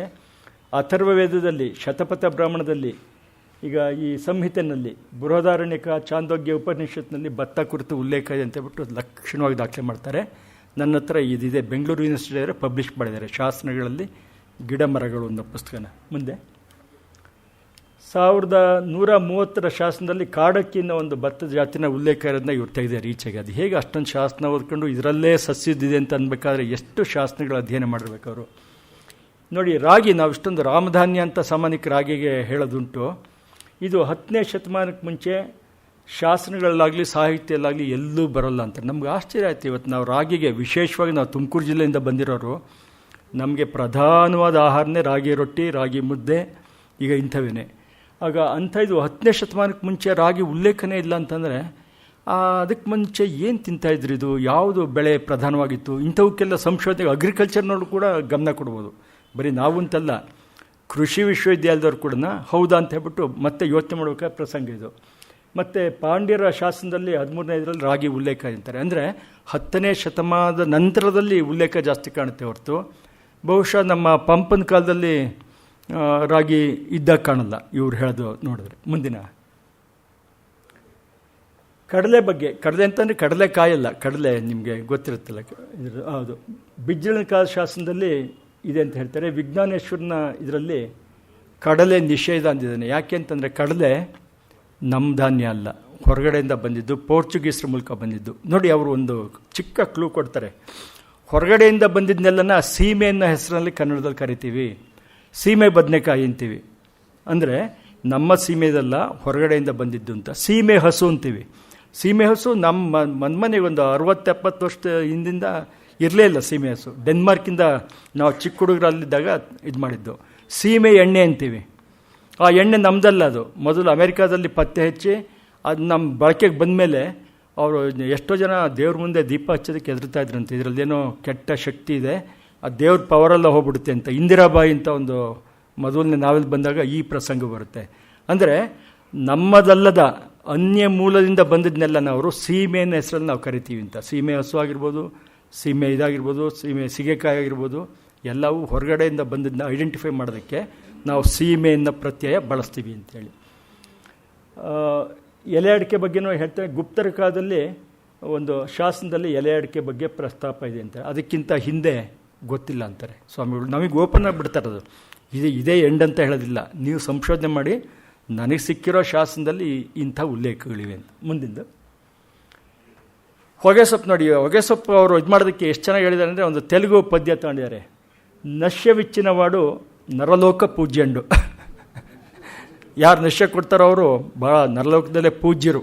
ಅಂದರೆ ಗೊತ್ತು, ಶಾಸ್ತ್ರಿಗಳು ನಿಮಗೆ ಗೊತ್ತಿರುತ್ತೆ, ಯಾರೋ ಒಂದು ಚಿಟಿಕೆ ನಶ್ಯ ಕಂಡೇ ಸಂಸ್ಕಾರ ಎಲ್ಲ ಮಾಡಿಸ್ತಾ ಇರ್ತಾರೆ. ನಶ್ಯ ಮೇಸಿನವಾಡು ಸುಗುಣಶಾಲಿ. ಅದು ಮಾಡ್ತಾನಲ್ಲ ಅವನು ಮಹಾ. ಅಂದರೆ ತಂಬಾಕಿನ ಉಪಯೋಗ ಯಾವ ಲೆವೆಲ್ನವ್ರಿಗೆ ಬಂದಿದೆ. ವೇಮನ ಅಂತಂದರೆ ಸರ್ವಜ್ಞನ ಸಮಕಾಲೀನ, ಹತ್ತು ಕಡೆ ಆಂಧ್ರದಲ್ಲಿ ಇದ್ದಂಥ ವ್ಯಕ್ತಿ. ಕೆಳದಿ ಸೋಮಶೇಖರ ನಾಯಕನ ಶಾಸನದಲ್ಲಿ ಹೊಗೆ ಸೊಪ್ಪಿನ ಉಲ್ಲೇಖ ಇದೆಯಂತೆ. ಅದಕ್ಕಿಂತ ಹಿಂದೆ ನಮ್ಮಲ್ಲಿ ಶಾಸನಗಳಿಲ್ಲ. ಈ ಶಾಸನದಲ್ಲಿ ಹೊಗೆ ಸೊಪ್ಪಿನ ಮೇಲೆ ಸುಂಕ ವಿಧಿಸುತ್ತಿದ್ದ ಉಲ್ಲೇಖ, ಇದೆಲ್ಲ ಮಹಾರಾಷ್ಟ್ರದ ಶಾಸನಗಳು ಓದಿರೋದವರು. ಇಷ್ಟು ಚೆನ್ನಾಗಿ ಒಬ್ಬ ಕನ್ನಡ ಸಂಶೋಧಕರು, ಶಾಸನಗಳನ್ನು ಬಲ್ಲವರು ಕೂಡ ಇಷ್ಟು ಚೆನ್ನಾಗಿ ದಾಖಲೆ ಮಾಡೋಕ್ಕೆ ಸಾಧ್ಯ ಇಲ್ಲ. ಮುಂದಿನ ಈ ಸಾಕ್ಷಾತ್ಕಾರ ದಾರಿಯಲ್ಲಿ ಸಾಕ್ಷಾತ್ಕಾರ ಮಾಡೋದಕ್ಕೆ ಬಾಂಗ್ ಹೊಡೆಯೋದು ಇದೆಲ್ಲ ನಿಮಗೆ ಗೊತ್ತೇ ಇದೆ. ಈಶ್ವರನ ಮೆಚ್ಚೋದಕ್ಕೆ ಅಂತ ಅಂತಾರೆ. ಇವ್ರಿಗೆ ಪರಮಸುಖ ಕೊಡುತ್ತೆ ಅಂತ ಅವರ ಇದಷ್ಟೇ. ಎಲೆ ಅಡಿಕೆ, ಅಫೀಮು, ಗಾಂಜಾ, ತಂಬಾಕು, ಕಾಫಿ, ಟೀ ಚಟಗಳನ್ನು ಕುರಿತು ಈ ಪುಸ್ತಕ ಇದೆ. ಮುಂದಿನ ಚಿತ್ರ ನೋಡಿ. ತಂಬಾಕು 6ನೇ ಶತಮಾನಕ್ಕೆ ಮುನ್ನ ಭಾರತದಲ್ಲಿ ತಾಂಬೂಲ ಪರಿಚಯವಾಗಿತ್ತು ಅಂದರೆ ಲಿಖಿತ ದಾಖಲೆಗಳಿಲ್ಲ ಅಂತಾರೆ. ಅಯ್ಯೋ, ಹಾಗಾದರೆ ಮಹಾಭಾರತ ರಾಮಾಯಣ ಕಾಲದಲ್ಲಿ ತಾಂಬೂಲ ಪರಿಚಯ ಇಲ್ವ ಅಂತ ಒಂದು ನಾವು ಯೋಚನೆ ಮಾಡಬೇಕಾಗ್ತದೆ. ಇಲ್ಲ ಅಂತಾರೆ ಇವರು, ಲಿಖಿತ ದಾಖಲೆ ಇಲ್ಲ. ಬೃಹತ್ ಸಂಹಿತೆ 77ನೇ ಅಧ್ಯಾಯದಲ್ಲಿ ತಾಂಬೂಲ ಕುರಿತು 3 ಶ್ಲೋಕ ಅಂತ. ಬೃಹತ್ ಸಂಹಿತೆ ನಿಮಗೆ ಗೊತ್ತಿದೆ, ವರಾಹ ಮಿಹಿರ ರಚಿಸಿದಂಥದ್ದು. ಸೋಮೇಶ್ವರ ಮಾನಸೋಲ್ಲಾಸದಲ್ಲಿ ಅಷ್ಟೊತ್ತಿಗೆ ಬಂದಿತ್ತು ಬಿಡಿ, 12ನೇ ಶತಮಾನದಷ್ಟೊತ್ತಿಗೆ ವಚನ ಸಾಹಿತ್ಯ ಬರೋ ಅಷ್ಟೊತ್ತಿಗಾಗಲೇ ತಾಂಬೂಲದ ಪ್ರವೇಶ ಆಗಿತ್ತು. ಈ ತಾಂಬೂಲ ಕಲ್ಪ ಅನ್ನೋ ಒಂದು ಸಂಗ್ರಹ ಮಾಡಿದ್ದೇನೆ ಅಂತ ಹೇಳ್ಬಿಟ್ಟು ಇದು ಮಾಡ್ತಾರೆ. ಬಹುಶಃ 4-5ನೇ ಶತಮಾನದಿಂದ ಭಾರತದಲ್ಲಿ ತಾಂಬೂಲ ಸೇವನೆ ರೂಢಿಲಿರ್ಬೋದು. ಅದಕ್ಕೆ ಹಿಂದೆ ಗೊತ್ತಿಲ್ಲ, ದಾಖಲೆ ಇಲ್ಲ ಅಂತಾರದು. ಅಂದರೆ ನಾವು ಯೋಚನೆ ಮಾಡಬೇಕು, ಹೌದಾ ಅದಕ್ಕಿಂತ ಹಿಂದೆ ತಾಂಬೂಲ ಸೇವನೆ ಇರಲಿಲ್ವಾ, ಇದ್ದರೆ ಎಲ್ಲಿದೆ ಉಲ್ಲೇಖ ಅಂತ ನಮಗೆ ಬಿಡ್ತಾರೆ ಹುಡುಕು ಅಂತ ಹೇಳಿ. ಮುಂದಿಂದ ನೋಡಿ, ಇದರಲ್ಲಿ ಇದು ಬರೋದು ಸಾಕ್ಷಾತ್ಕಾರದಾರಿಯಲ್ಲಿ ಒಬ್ಬ ಶಿಷ್ಯ ಫಲತಾಂಬೂಲ ಕೊಟ್ಟು ಗುರುಗಳಿಗೆ ನಮಸ್ಕಾರ ಮಾಡ್ತಾರೆ. ಇದೆಲ್ಲ ಎಷ್ಟು ಚೆನ್ನಾಗಿ ಬರೆದಿದ್ದಾರೆ ಇವರು. ವ್ಯಂಗ್ಯ ಚಿತ್ರದಲ್ಲಿ ಇಡೀ ತಾಂಬೂಲ ದರ್ಶನ ಮಾಡ್ತಾರೆ ನೋಡಿ. ಆ ಜುಟ್ಟು ಎದ್ದಿರೋದು, ಇವನು ಅಡ್ಡು ಬಿದ್ದಿರೋದು, ಅವನ ನೆರಳು ಕೂಡ ಇಲ್ಲಿ ಬಿದ್ದಿರೋಂಥದ್ದು, ಅವ್ನು ಬಗ್ಗಿರೋ ಪೋಸ್ಟರ್ ನೋಡಿ. ಇದೆಲ್ಲ ಸ್ವಾಮಿ ಅದು ಎಂಥ ಅದ್ಭುತ ಕಲಾವಿದ ಅಂತ ಅನಿಸುತ್ತೆ. ಮುಂದಿನ ಚಿತ್ರ ನಮ್ಮ ಚೈತನ್ಯಗಿರಿ ಅಂತ ಒಬ್ಬ ಗುರು ಬರ್ತಾನಂತೆ. ಅವನಿಗೆ ಅಪಖ್ಯಾತಿ ತರೋದಕ್ಕೆ ಇನ್ನೊಬ್ಬ ಗುರು ಅವ್ನು ಗಾಂಜಾ ಕುಡಿತಾನೆ ಕಣೋ, ಅವನು ಸ್ವಾಮಿ ಅಲ್ಲ ಅಂತಾರೆ. ಇದು ಅವ್ರ ಮಾತೇನೆ. ಚೈತನ್ಯಗಿರಿ ಗಾಂಜಾ ಕುಡಿಯುತ್ತೆ ಅಂದರು ಭಟ್ಟಶ್ರೀಗಳು ಅಂತ. ಎಷ್ಟು ತಮಾಷಾಗಿ ಗಾಂಜಾ ಬಗ್ಗೆ ಬರೆದಿದ್ದಾರೆ. ಆ್ಯಂಡ್ ಸ್ವತಃ BGL ಸ್ವಾಮಿಯವರು ಪೈಪು ತುಂಬ ಬಳಸ್ತಾಯಿದ್ರು. ಸಾಕ್ಷಾತ್ಕಾರದ ದಾರಿಯಲ್ಲಿ ಮಧ್ಯಪುಟ ತೆಗೆದು ನೋಡಿದ್ರೆ ಒಂದು 5-6 ಪುಟ ಬರೀ ಪೈಪ್ ಬಗ್ಗೆನೇ ಇದೆ. ಆ ಪೈಪ್ನ ಕ್ಲೀನ್ ಮಾಡೋದು ಹೇಗೆ, ಯಾಕೆಂದ್ರೆ ಇವ್ರು ಬಳಸ್ತಾ ಇದ್ರಲ್ಲ ಹೊಗೆ ಸೊಪ್ಪಿಂದಿದ್ದು, ಅದು ಬೇರೆ ಬೇರೆ ಥರದ ಪೈಪ್ ಬಳಸೋದು ಹೇಗೆ ಅಂತ ಎಲ್ಲ ಅದು ಚಿತ್ರ. ಯಾಕೆಂದರೆ ಅವ್ರಿಗೆ ಅತ್ಯಂತ ಆತ್ಮೀಯ ಅದು ಪೈಪು. ಹೀಗಾಗಿ ಅಲ್ಲಿ ವಿಶೇಷವಾದ ಕಾಳಜಿ ವಹಿಸ್ಯಾರೆ ಸಾಕ್ಷಾತ್ಕಾರ ದಾರಿಯಲ್ಲಿ. ಮುಂದಿನ ಚಿತ್ರ ಇದರಲ್ಲೇ ಕಾಲೇಜ್ ಹುಡುಗರು ಇವರೆಲ್ಲ ಇವಾಗ ಬಿಡಿ ಅದೇನು ಹೇಳಬೇಕಾದ್ದಿಲ್ಲ, ಯಾರು ಬೇಕಾದ ಧಾರಾಳವಾಗಿ ಸ್ತ್ರೀ ಮತ್ತು ಪುರುಷ ಅನ್ನೋ ಭೇದನೇ ಇಲ್ಲ, ಒಟ್ಟೊಟ್ಟಿಗೆ ಎಲ್ಲ ಇದು ಮಾಡೋಂಥ ಸಂಭವ ಇದೆ. ಅದು ಚಿತ್ರ ನನಗಿಷ್ಟ ಆಗಿದ್ದು, ಆ ಮನುಷ್ಯ ಒಬ್ಬೊಬ್ರು ಪೋಸ್ಚರೇ ಒಂಥರ ಕೊಟ್ಟಿದ್ದಾರೆ ನೋಡಿ. ಆ ಹುಡುಗಿ ಕೂತ್ಕೊಳ್ಳೋ ಪೋಸ್ಚರೇ ಬೇರೆ, ಈ ಹುಡುಗರದೇ ಬೇರೆ. ಇದು ಮುಂದಿಂದು ಕಾಫಿ ಬಗ್ಗೆ ನೋಡಿ ಎಷ್ಟು ಜನ ಇದೊಂದು ಕಾಫಿ ಛತ್ರನಪ್ಪ ಸಾಕಾಗೋಯ್ತು ಅಂತಾರೆ. ಯಾರು ಹೆಣ್ಮಕ್ಳ ಮೇಲೆ ಒಂದು 10-15 ಜನ ಏಕದಮ್ ಬಂದುಬಿಟ್ರೆ ತಿರ್ಗಿ ಅದು ಆ ಬ್ಯಾಚ್ ಹೋದ ತಕ್ಷಣ ಇನ್ನೊಂದು ಬ್ಯಾಚ್ ಬಂದರೆ ಇದು ಏನೇ ಛತ್ರನ, ಇದು ಕಾಫಿ ಸಪ್ಲೈ ಮಾಡಿ ಮಾಡಿ ಪ್ರಾಣ ಹೋಗ್ಬಿಡ್ತು ನನಗೆ ಅಂತ ಅಂದ್ಕೊಂಡು ನಾವು ಕೇಳಿದ್ದೀವಿ. ಅದು ಆ ಚಿತ್ರ ನೋಡಿ ಎಷ್ಟು ಚೆನ್ನಾಗಿದೆ, ಕಾಫಿ ಸಪ್ಲೈ ಮಾಡೋ ಇದ್ರದ್ದು ಆ ವ್ಯಂಗ್ಯ, ಆ ಗೆರೆನಲ್ಲಿ ಆ ಮನುಷ್ಯ ಅದು ಹೇಗೆ ಒಂದು ಚಟ ಕೂಡ ಫಸ್ಟ್ ಕ್ಲಾಸ್. ಇದಾದಮೇಲೆ ಕಾಫಿ ಬಗ್ಗೆ ಇತಿಹಾಸಕ್ಕೆ ಹೋಗ್ತಾರೆ, ನಾನು ಅದನ್ನ ಹೇಳ್ತಾ ಇಲ್ಲ.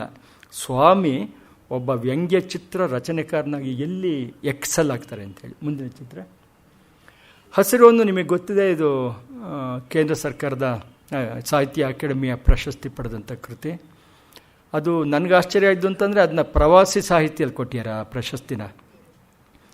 ಸುಬ್ರಹ್ಮಣ್ಯಂ ಕನ್ನಡ ವಿಜ್ಞಾನ ಪರಿಷತ್ತಿನ ಇವರು, ಅವರ ದತ್ತಿನಿಧಿಯಲ್ಲೇ ಇವಾಗ ನಾನು ಮಾತಾಡ್ತಾ ಇರೋದು. ಆಗ ಅವರು BGL ಸ್ವಾಮಿಯವ್ರನ್ನ ಆಕಾಶವಾಣಿಗೋಸ್ಕರ ಇಂಟರ್ವ್ಯೂ ಮಾಡಿದ್ರು. ಸರ್, ನಿಮ್ಮ ಹಸಿರು ಹೊನ್ನನ್ನ ಎಲ್ಲರೂ ಹೇಳ್ತಾರೆ ಅದು ಪ್ರವಾಸಿ ಸಾಹಿತ್ಯ ಅಂತ, ನಿಮ್ಗೇನು ಅನಿಸುತ್ತೆ ಅಂತ. ಇಲ್ಲಪ್ಪ, ನಾನು ಅದೆಲ್ಲ ತಲೆಯಲ್ಲಿಟ್ಕೊಂಡು ಬರಲಿಲ್ಲ. ಯಾರಾದರೂ ಓದಲಿ ಅವ್ರಿಗೆ ಸ್ವಲ್ಪ ಮಾಹಿತಿ ಒಂಥರ ಖುಷಿಯಾಗಿ ಓದಬೇಕು ಅಂತ ಅಷ್ಟೇ ನನ್ನ ಗುರಿಯಾಗಿತ್ತೆ ಹೊರತು ನಾನು ಪ್ರವಾಸಿ ಸಾಹಿತ್ಯ ಬರಿತೀನಿ, ಅದು ಬರಿತೀನಿ, ಇದು ಬರಿತೀನಿ, ಯಾವ ಅಜೆಂಡಾ ಕೂಡ ಹಾಕ್ಕೊಂಡಿರಲಿಲ್ಲ. ನನ್ನ ಸಹಜವಾದ ಭಾಷೆಯಲ್ಲಿ, ನನ್ನ ಸಹಜವಾದ ಪರಿಕಲ್ಪನೆಯಲ್ಲಿ ಬರ್ಕೊಂಡು ಹೋದೆ ಅಂತ ಹೇಳ್ತಾರೆ. ಮುಂದಿಂದ ಹಾಗಾದರೆ ಹಸಿರು ಹೊನ್ನನ್ನು ನಾವು ಯಾವ ರೀತಿ ವರ್ಗೀಕರಿಸ್ಬೋದು? ತುಂಬ ಚೆನ್ನಾಗಿದೆ, ಮತ್ತೆ ಮತ್ತೆ ಓದಬೇಕು ಅನಿಸುತ್ತೆ ಹಸಿರು ಹೊನ್ನು.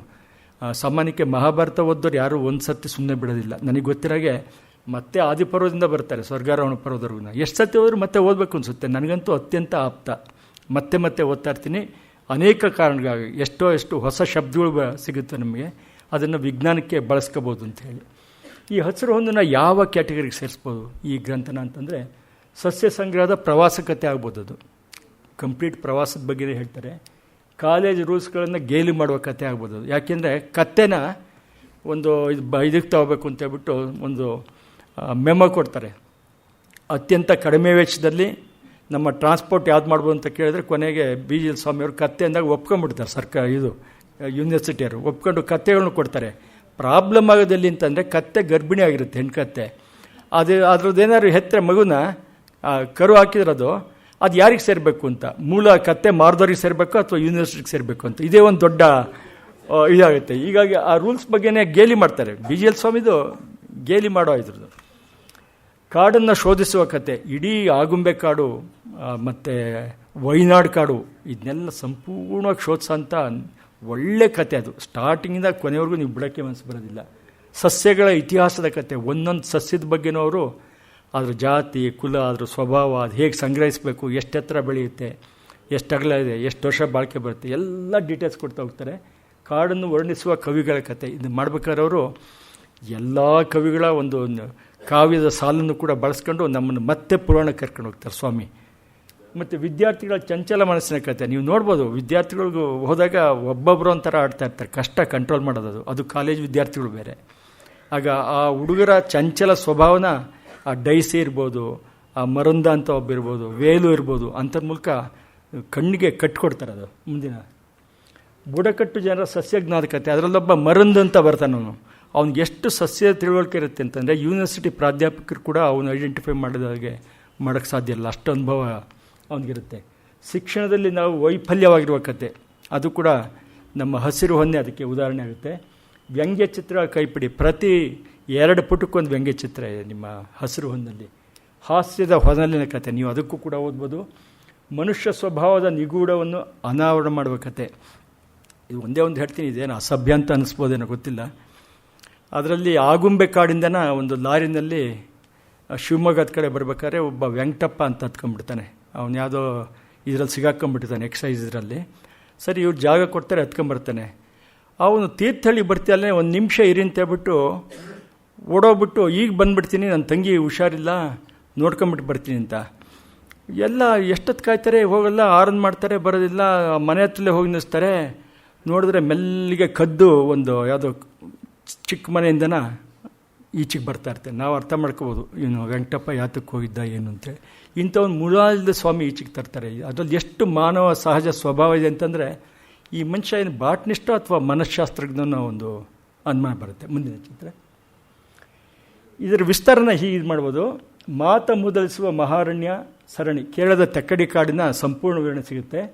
ಮರಕತಮಯ ಸಿಂಗರ ಆಗುಂಬೆಯ ಸಹ್ಯಾದ್ರಿ ಅದರದ್ದು ಪ್ರಕೃತಿಯ ನರ್ತನರಂಗಂ ತಿರುವಾಂಕೂರ್ ಪ್ರದೇಶ. ಇಷ್ಟು ಕಾಡುಗಳ ಬಗ್ಗೆ ನಮಗೆ ಪರಿಚಯ ಮಾಡಿಕೊಟ್ಟು ಕೊನೆಗೆ ಆ ಸಮುದ್ರದ ಪರಿಚಯ ಮಾಡಿಕೊಡ್ತಾರೆ ನಮಗೆ. ಇಡೀ ನಿಂತಿರೋದು ಈಗ ಇಷ್ಟಕ್ಕೆ ಹೋಗೋ ಪ್ರವಾಸದಲ್ಲಿ ಜೀವನಾನುಭವ ಹೇಗಾಗುತ್ತೆ ಅಂತ. ಒಬ್ಬ ಮೇಸ್ಟ್ರಾಗಿ ಕೆಲವು ಕಡೆ ವಿಷಾದ ಪಡ್ತಾರೆ, ಕೆಲವು ಕಡೆ ಸಿಕ್ಕಾಪಟ್ಟೆ ಖುಷಿ ಪಡ್ತಾರೆ, ಮಕ್ಕಳು ಜಗಳಾಡೋದು ನೋಡ್ತಾರೆ, ಮತ್ತು ಅವರಲ್ಲಿ ಪೈಪೋಟಿ ಬರೋದು ನೋಡ್ತಾರೆ. ಇದು ಹಸಿರುವನ್ನು ಖಂಡಿತ ಪ್ರತಿಯೊಬ್ಬ ವ್ಯಕ್ತಿನೂ ಓದಬೇಕಾದಂಥ ಗ್ರಂಥ. ಅಲ್ಲೇನು ನಿಮಗೆ ತುಂಬ ದೊಡ್ಡ ವಿವರಣೆಗಳೇನು ಬರೋದಿಲ್ಲ. ಮುಂದಿನ ಚಿತ್ರ ಇದೆಲ್ಲ ಆದಮೇಲೆ ನಮಗೆ 68 ಗಿಡಗಳ ಸಸ್ಯಗಳ ಪರಿಚಯ ಆಗಿರುತ್ತೆ. ನಿಸಾರ್ ಅಹ್ಮದ್ ಹೇಳ್ತಾರೆ, ಇದು ನಿಜವಾಗ್ಲೂ ಒಬ್ಬ ವಿಜ್ಞಾನಿ ಕಡು ತಪಸ್ಸು ಮಾಡಿದ್ರೆ ಒಬ್ಬ ಶ್ರೇಷ್ಠ ಕವಿಯ ಸಾಧನೆ ಏನಿದೆ ಅದನ್ನು ಸಾಧನೆ ಮಾಡ್ಬೋದು ಅನ್ನೋದು ಹಸಿರು ಹೊನ್ನು ತೋರಿಸ್ಕೊಟ್ಟಿದೆ ಅಂತ ಹೇಳ್ಬಿಟ್ಟು ಅವರ ಒಂದು ವಿಮರ್ಶೆಯಲ್ಲಿ ಬರ್ಕೊಂಡಿದ್ದಾರೆ.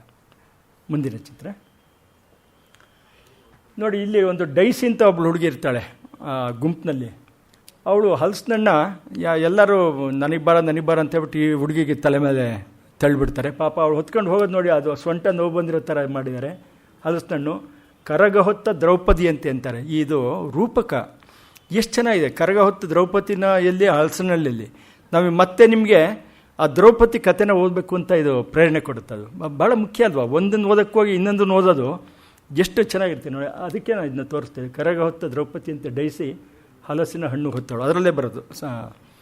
ಇದರಲ್ಲಿ ನಿಮಗೆ ಅವ್ರ ವ್ಯಂಗ್ಯ ಚಿತ್ರದ ಪ್ರಭಾವವನ್ನು ಕಾಣ್ಬೋದು, ಅವರ ರೂಪಕ ಇದನ್ನು ಕಾಣ್ಬೋದು, ಮತ್ತು ಅಲ್ಲಿ ಅವರಲ್ಲಿರೋ ಹಾಸ್ಯ ಪ್ರಜ್ಞೆ ಕೂಡ ಕಾಣ್ಬೋದು. ಮುಂದಿಂದ ಅದೇ ಇದರಲ್ಲಿ ಒಂದು ಗಿಡ ಇದು ಬರುತ್ತೆ. ಅದನ್ನ ಅತ್ಯಂತ ವೈಜ್ಞಾನಿಕವಾದಲ್ಲಿ ಇದರ ಬೀಜದಲ್ಲಿ ವಿಷ ಇದೆ ಅಂತ ಹೇಳ್ಬಿಟ್ಟು ಇವರೆಲ್ಲ ಕಲೆಕ್ಟ್ ಮಾಡ್ಕೊಂಬಂದಾಗ ವಿದ್ಯಾರ್ಥಿಗಳಿಗೆ ಹೇಳಿ ಅಲ್ಲೇ ಚಿತ್ರ ಬಿಡಿಸಿ ತೋರಿಸಿರೋಂಥ ಇದು. ಮುಂದಿಂದ ಚಿದು ಅಂದರೆ ಚಿದಾನಂದ ಅಂತ ಒಂದು ಕ್ಯಾರೆಕ್ಟರ್ ಬರುತ್ತೆ.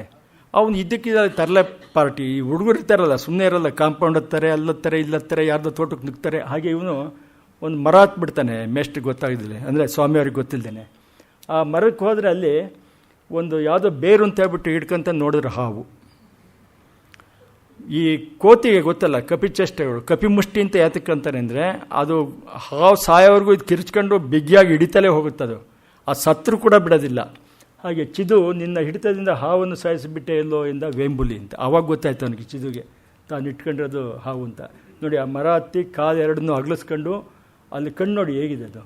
ಇದು ಎಷ್ಟು ಚೆನ್ನಾಗಿ ಒಂದು ಚಿತ್ರದ ಮೂಲಕ ಇಡೀ ಒಂದು ದೃಶ್ಯ ಕಾವ್ಯ ಹಸಿರು ಹೊನ್ನು ಅಂತಂದರೆ ಅದನ್ನು ತೋರಿಸ್ತಾರೆ. ಇಲ್ಲಿ ನೋಡಿ ಅದು ಬಿದಿರನ್ನ ಒಂದು ಇದು ಮಾಡಬೇಕು ಅಂತ ಹೇಳ್ಬಿಟ್ಟು ಅದರಲ್ಲೇನೋ ವಿಶೇಷವಾದ ಖಾದ್ಯ ಮಾಡಬೇಕು ಅಂತ ಹೊಡ್ತಾರಲ್ಲೇ ಶಿಷ್ಯಂದ್ರಲ್ಲ ಕಾಡಲ್ಲಿ. ಮ್ಯಾಕ್ಬೆತ್ ನಾಟಕದ 4ನೇ ಅಂಕದ ಮೊದಲನೇ ದೃಶ್ಯ ಆರಂಭವಾಗಿದೆ ಎಂದು ಮಣಿ ಅಯ್ಯರ್ ಒಬ್ಬ ಏನಪ್ಪ ಅಲ್ಲಾಗ್ತಾ ಅಂತ. ಮ್ಯಾಕ್ಬೆತ್ ಮೊದಲನೇದ್ರಲ್ಲಿ ಏನಂತಂದರೆ ಹಲವು ಪ್ರಾಣಿಗಳನ್ನು ಒಟ್ಟಿಗೆ ಬೇಯಿಸಿ ಒಂದು ಕಡಾಯಿನಲ್ಲಿ ಮಾಡ್ತಿರೋಂಥದ್ದು ಮ್ಯಾಕ್ಬೆತ್ ನಾಟಕದಲ್ಲಿ ಬರುತ್ತೆ. ಈಗಂದ ತಕ್ಷಣ ನಾವು ಮ್ಯಾಕ್ಬೆತ್ ನಾಟಕಕ್ಕೆ ಹೋಗ್ಬೇಕು, ಶೇಕ್ಸ್ಪಿಯರ್. ಇದಕ್ಕೆ ಇದು ಸ್ವಾಮಿನಲ್ಲಿರೋ ಒಂದು ರೇಂಜ್ ಅಂತೀವಲ್ಲ, ಆ ರೇಂಜು ಬಹುಶಃ ಯಾವ ಸಾಹಿತಿಗೂ ಇಲ್ಲ. ಕನ್ನಡದ ಮಟ್ಟಿಗೆ ಹೇಳೋದಾದರೆ ಖಂಡಿತ ಸಾಧ್ಯ ಇಲ್ಲ. ದೌರ್ಗಂಧಾಪ ಹರಣ ಇದು ನಿಮಗೆ ಗೊತ್ತೇ ಇದೆ. ಮಹಾಭಾರತ ಕಥೆ ಓದೋರಿಗೆ ಇದನ್ನು ಭೀಮ ಅದು ಸೌಗಂಧಿಕ ಪುಷ್ಪತರಕ್ಕೆ ಹೋಗಿ ಇಲ್ಲದೆಲ್ಲ ಪಾಡುಪಟ್ಟು ಅಲ್ಲಿ ಹನುಮಂತ ಇದಾಗೋದು, ಒಂದು ಬಾಲ ಎತ್ತದಕ್ಕೆ ಹೋಗಿ ಇವನ ದುರಹಂಕಾರ ಎಲ್ಲ ಅಡಗೋದು ಆ ಪರ್ವದಲ್ಲೇ. ಇವರು ದೌರ್ಗಂಧಿಕಾಪಹರಣ ಅಂತಾರೆ. ದೌರ್ಗಂಧಿಕ ಅಂತಂದರೆ ಅದಕ್ಕೆ ಪರ್ಯಾಯವಾಗಿ ಹೊಲಸು ಒಂದು ವಾಸನೆಯನ್ನು ಕೊಡೋವಂಥ ಒಂದು ಸಸ್ಯಗಳಿರುತ್ತವೆ. ಅದನ್ನು ತಾಂಬರಕ್ಕೆ ಹೋದರೆ ಕ್ಯಾರೆಕ್ಟರ್ಸ್ ನೋಡಿ ಹೇಗಿದೆ ಅಂತಾರೆ. ಮುಂದಿನ ಚಿತ್ರ ಸಸ್ಯವಿಜ್ಞಾನದ ಪ್ರವಾಸ ಕಥನ.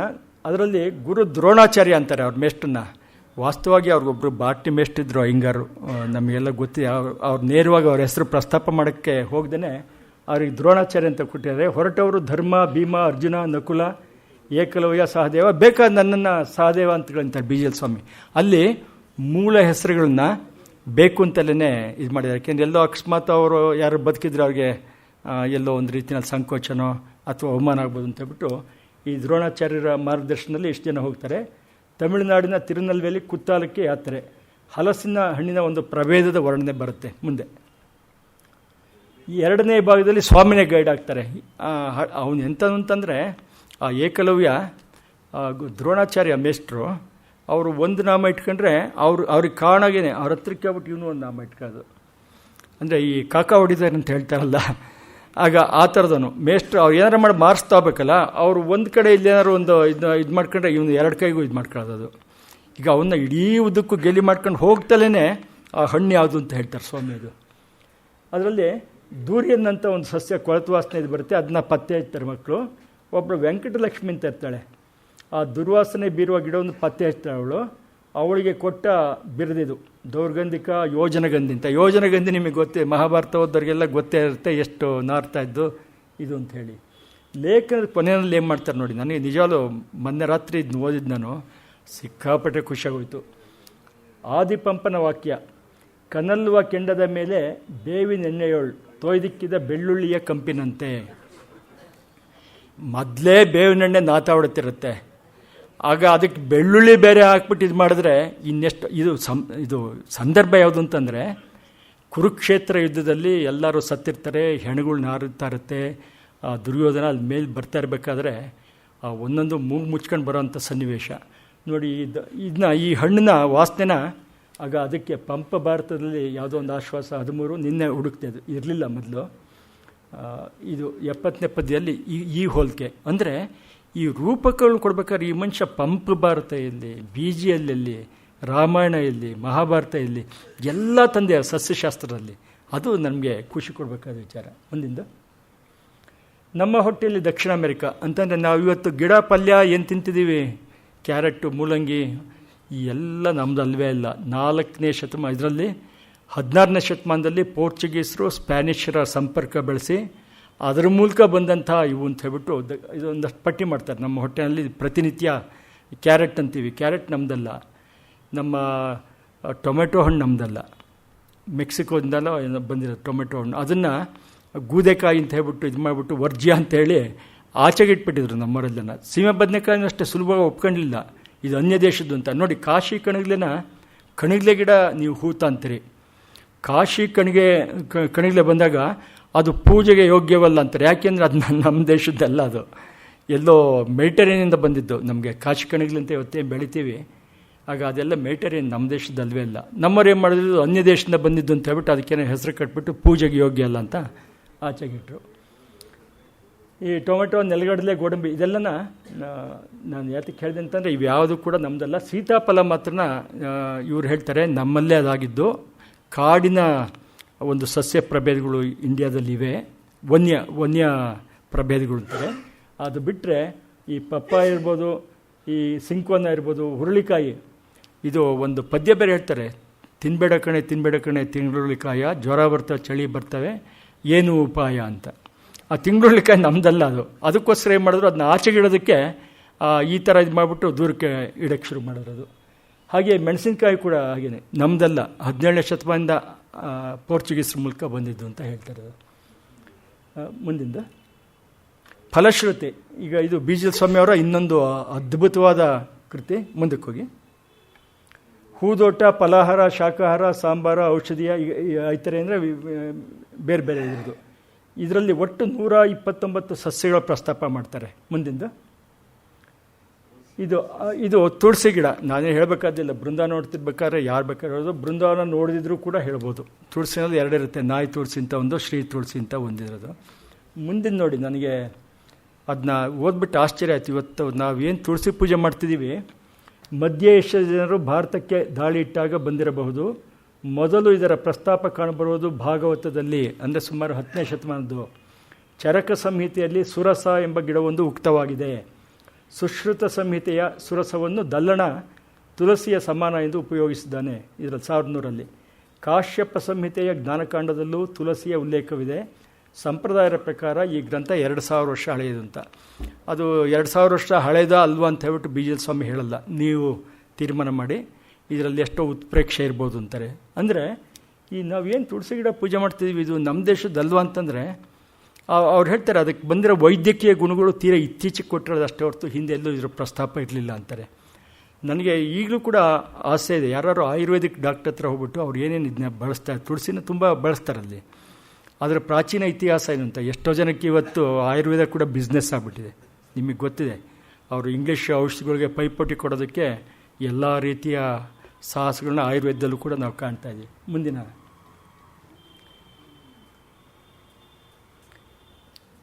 ಇದು ಸಸ್ಯಜೀವಿ ಪ್ರಾಣಿಜೀವಿ ಅಂತ ಒಂದಿದೆ. ಅದರಲ್ಲಿ ಶುರುವಾಗದೇ R K Narayan versus Biligiri ಅಂತ ಇವರು ಪ್ರಸ್ತಾಪ ಮಾಡ್ತಾರೆ. ಬಿಳಿಗಿರಿಯಿಂದ ನಿಮಗೆ ಗೊತ್ತಿರ್ಬೇಕು, ಭಾಳ ಜನಕ್ಕೆ ಗೊತ್ತಿರುತ್ತೆ. ಒಬ್ಬ ಅತ್ಯುತ್ತಮವಾದ ಕವಿ, BILIGIRI ಅಂತ ಅವರೇ ಹೇಳ್ಕೊಡೋ, 4 ಕಡೆ ಐ ಬರುತ್ತೆ ಅಂತ. ಶಿವನಿಗೆ ಮೂರೇ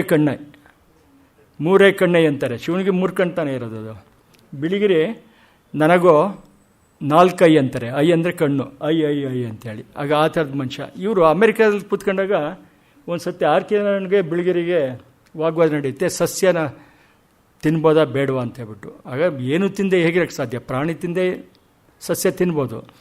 ಅವರಿಬ್ಬರಿಗೂ ಕಾಂಟ್ರವರ್ಸಿ ಆಗಿ ಕೊನೆಗೆ ಸ್ಟಾರ್ಟಿಂಗ್ನಲ್ಲೇ ಕೊಟ್ಬಿಟ್ಟು BGL ಸ್ವಾಮಿ ಹೇಳ್ತಾರೆ, ಸಸ್ಯಗಳಲ್ಲಿ ಪ್ರಾಣಿಗಳಲ್ಲಿರಬೇಕಾದಂಥ ಕೆಲವು ಗುಣ ಇದ್ದರೂ ಕೂಡ ಒಂದು ಪ್ರಾಣಿ ಕೈಕಾಲು ಕತ್ತರಿಸ್ಬಿಟ್ಟು ನೀವೆಲ್ಲೇ ನೆಟ್ಟರೆ ಅದು ಬೆಳೆಯೋದಿಲ್ಲ.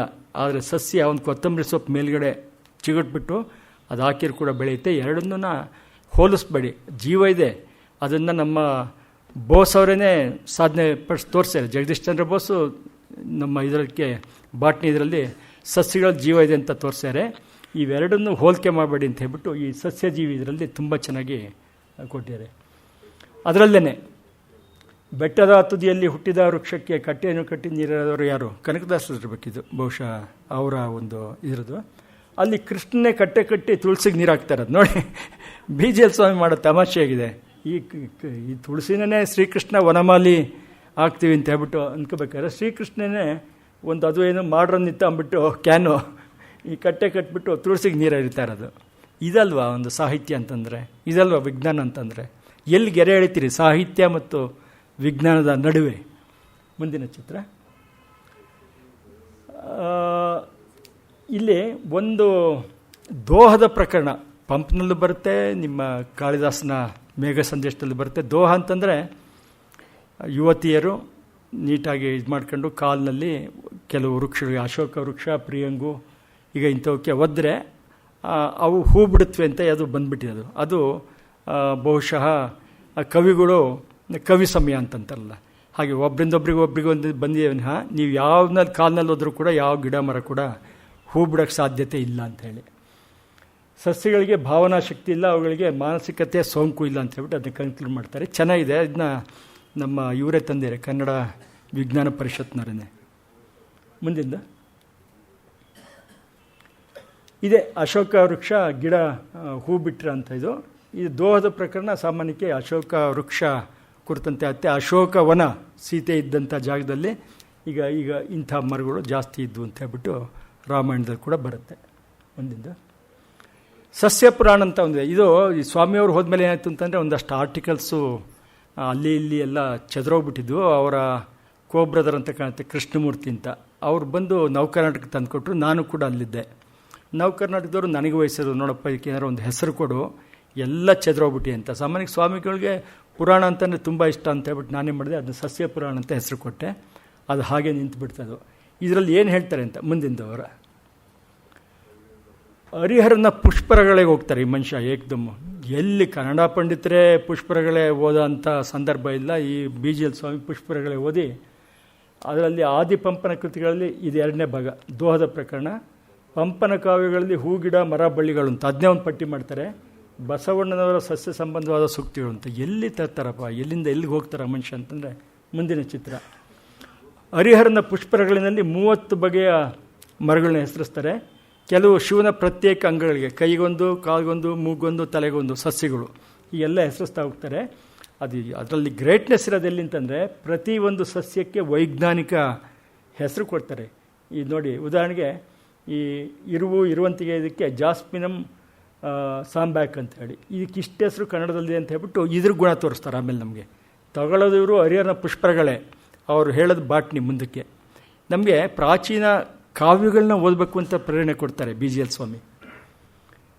ಇದಾಗಲೇ ಹೇಳಿದೆ ನಾನು, ಈ ಮಾಲವಿ ಕಾಗ್ನಿಮಿತ್ರ ಇದರಲ್ಲೆಲ್ಲ ನೂಪುರ ಕಟ್ಕೊಂಡು ಹೇಗೆ ಎಡಗಾಲಿನಿಂದ ಅಶೋಕ್ ಮರ ಓದುತ್ತಾರೆ ಅಂತೇಳಿ. ಪಂಪನ ಆದಿಪುರಾಣದಲ್ಲಿ ಒಂದು ವಿಶೇಷ ಏನಂತಂದರೆ ಇದು ನೋಡಿ, ಇದು ಮರೆಯುವುದೆಮ್ಮ ಮದೋತ್ಕಟ ಚೇಷ್ಟಿತಂಗಳಂ ಎಂದು ಕ್ಷಮೆ ಕೋರ್ತಾರಂತೆ. ಜೈನರು ಸಾಮಾನ್ಯಕ್ಕೆ ಯಾವುದೇ ಒಂದು ಇದಾದರೂ ಕೂಡ ನೋವಾಗಬಾರ್ದು ಅಂತ ಇದು ಮಾಡ್ತಾರೆ ನೋಡಿ. ಇಲ್ಲೂ ಕೂಡ ಪಂಪ ಅವ್ರ ಬಾಯಿನಲ್ಲಿ ದೋಹದ ಪ್ರಕರಣ ಬಂದರೂ ಕೂಡ ಅಯ್ಯೋ ನಾವು ಗಿಡ ಒದ್ಬಿಟ್ಟಿದ್ದೀವಿ, ನಮ್ಮ ಪಾಪಗಳನ್ನ ಕ್ಷಮಿಸ್ಬಿಡು ನೀನು ಅಂತ ಗಿಡಗಳನ್ನ ಕೇಳ್ಕೊ ಅಂಥದ್ದು.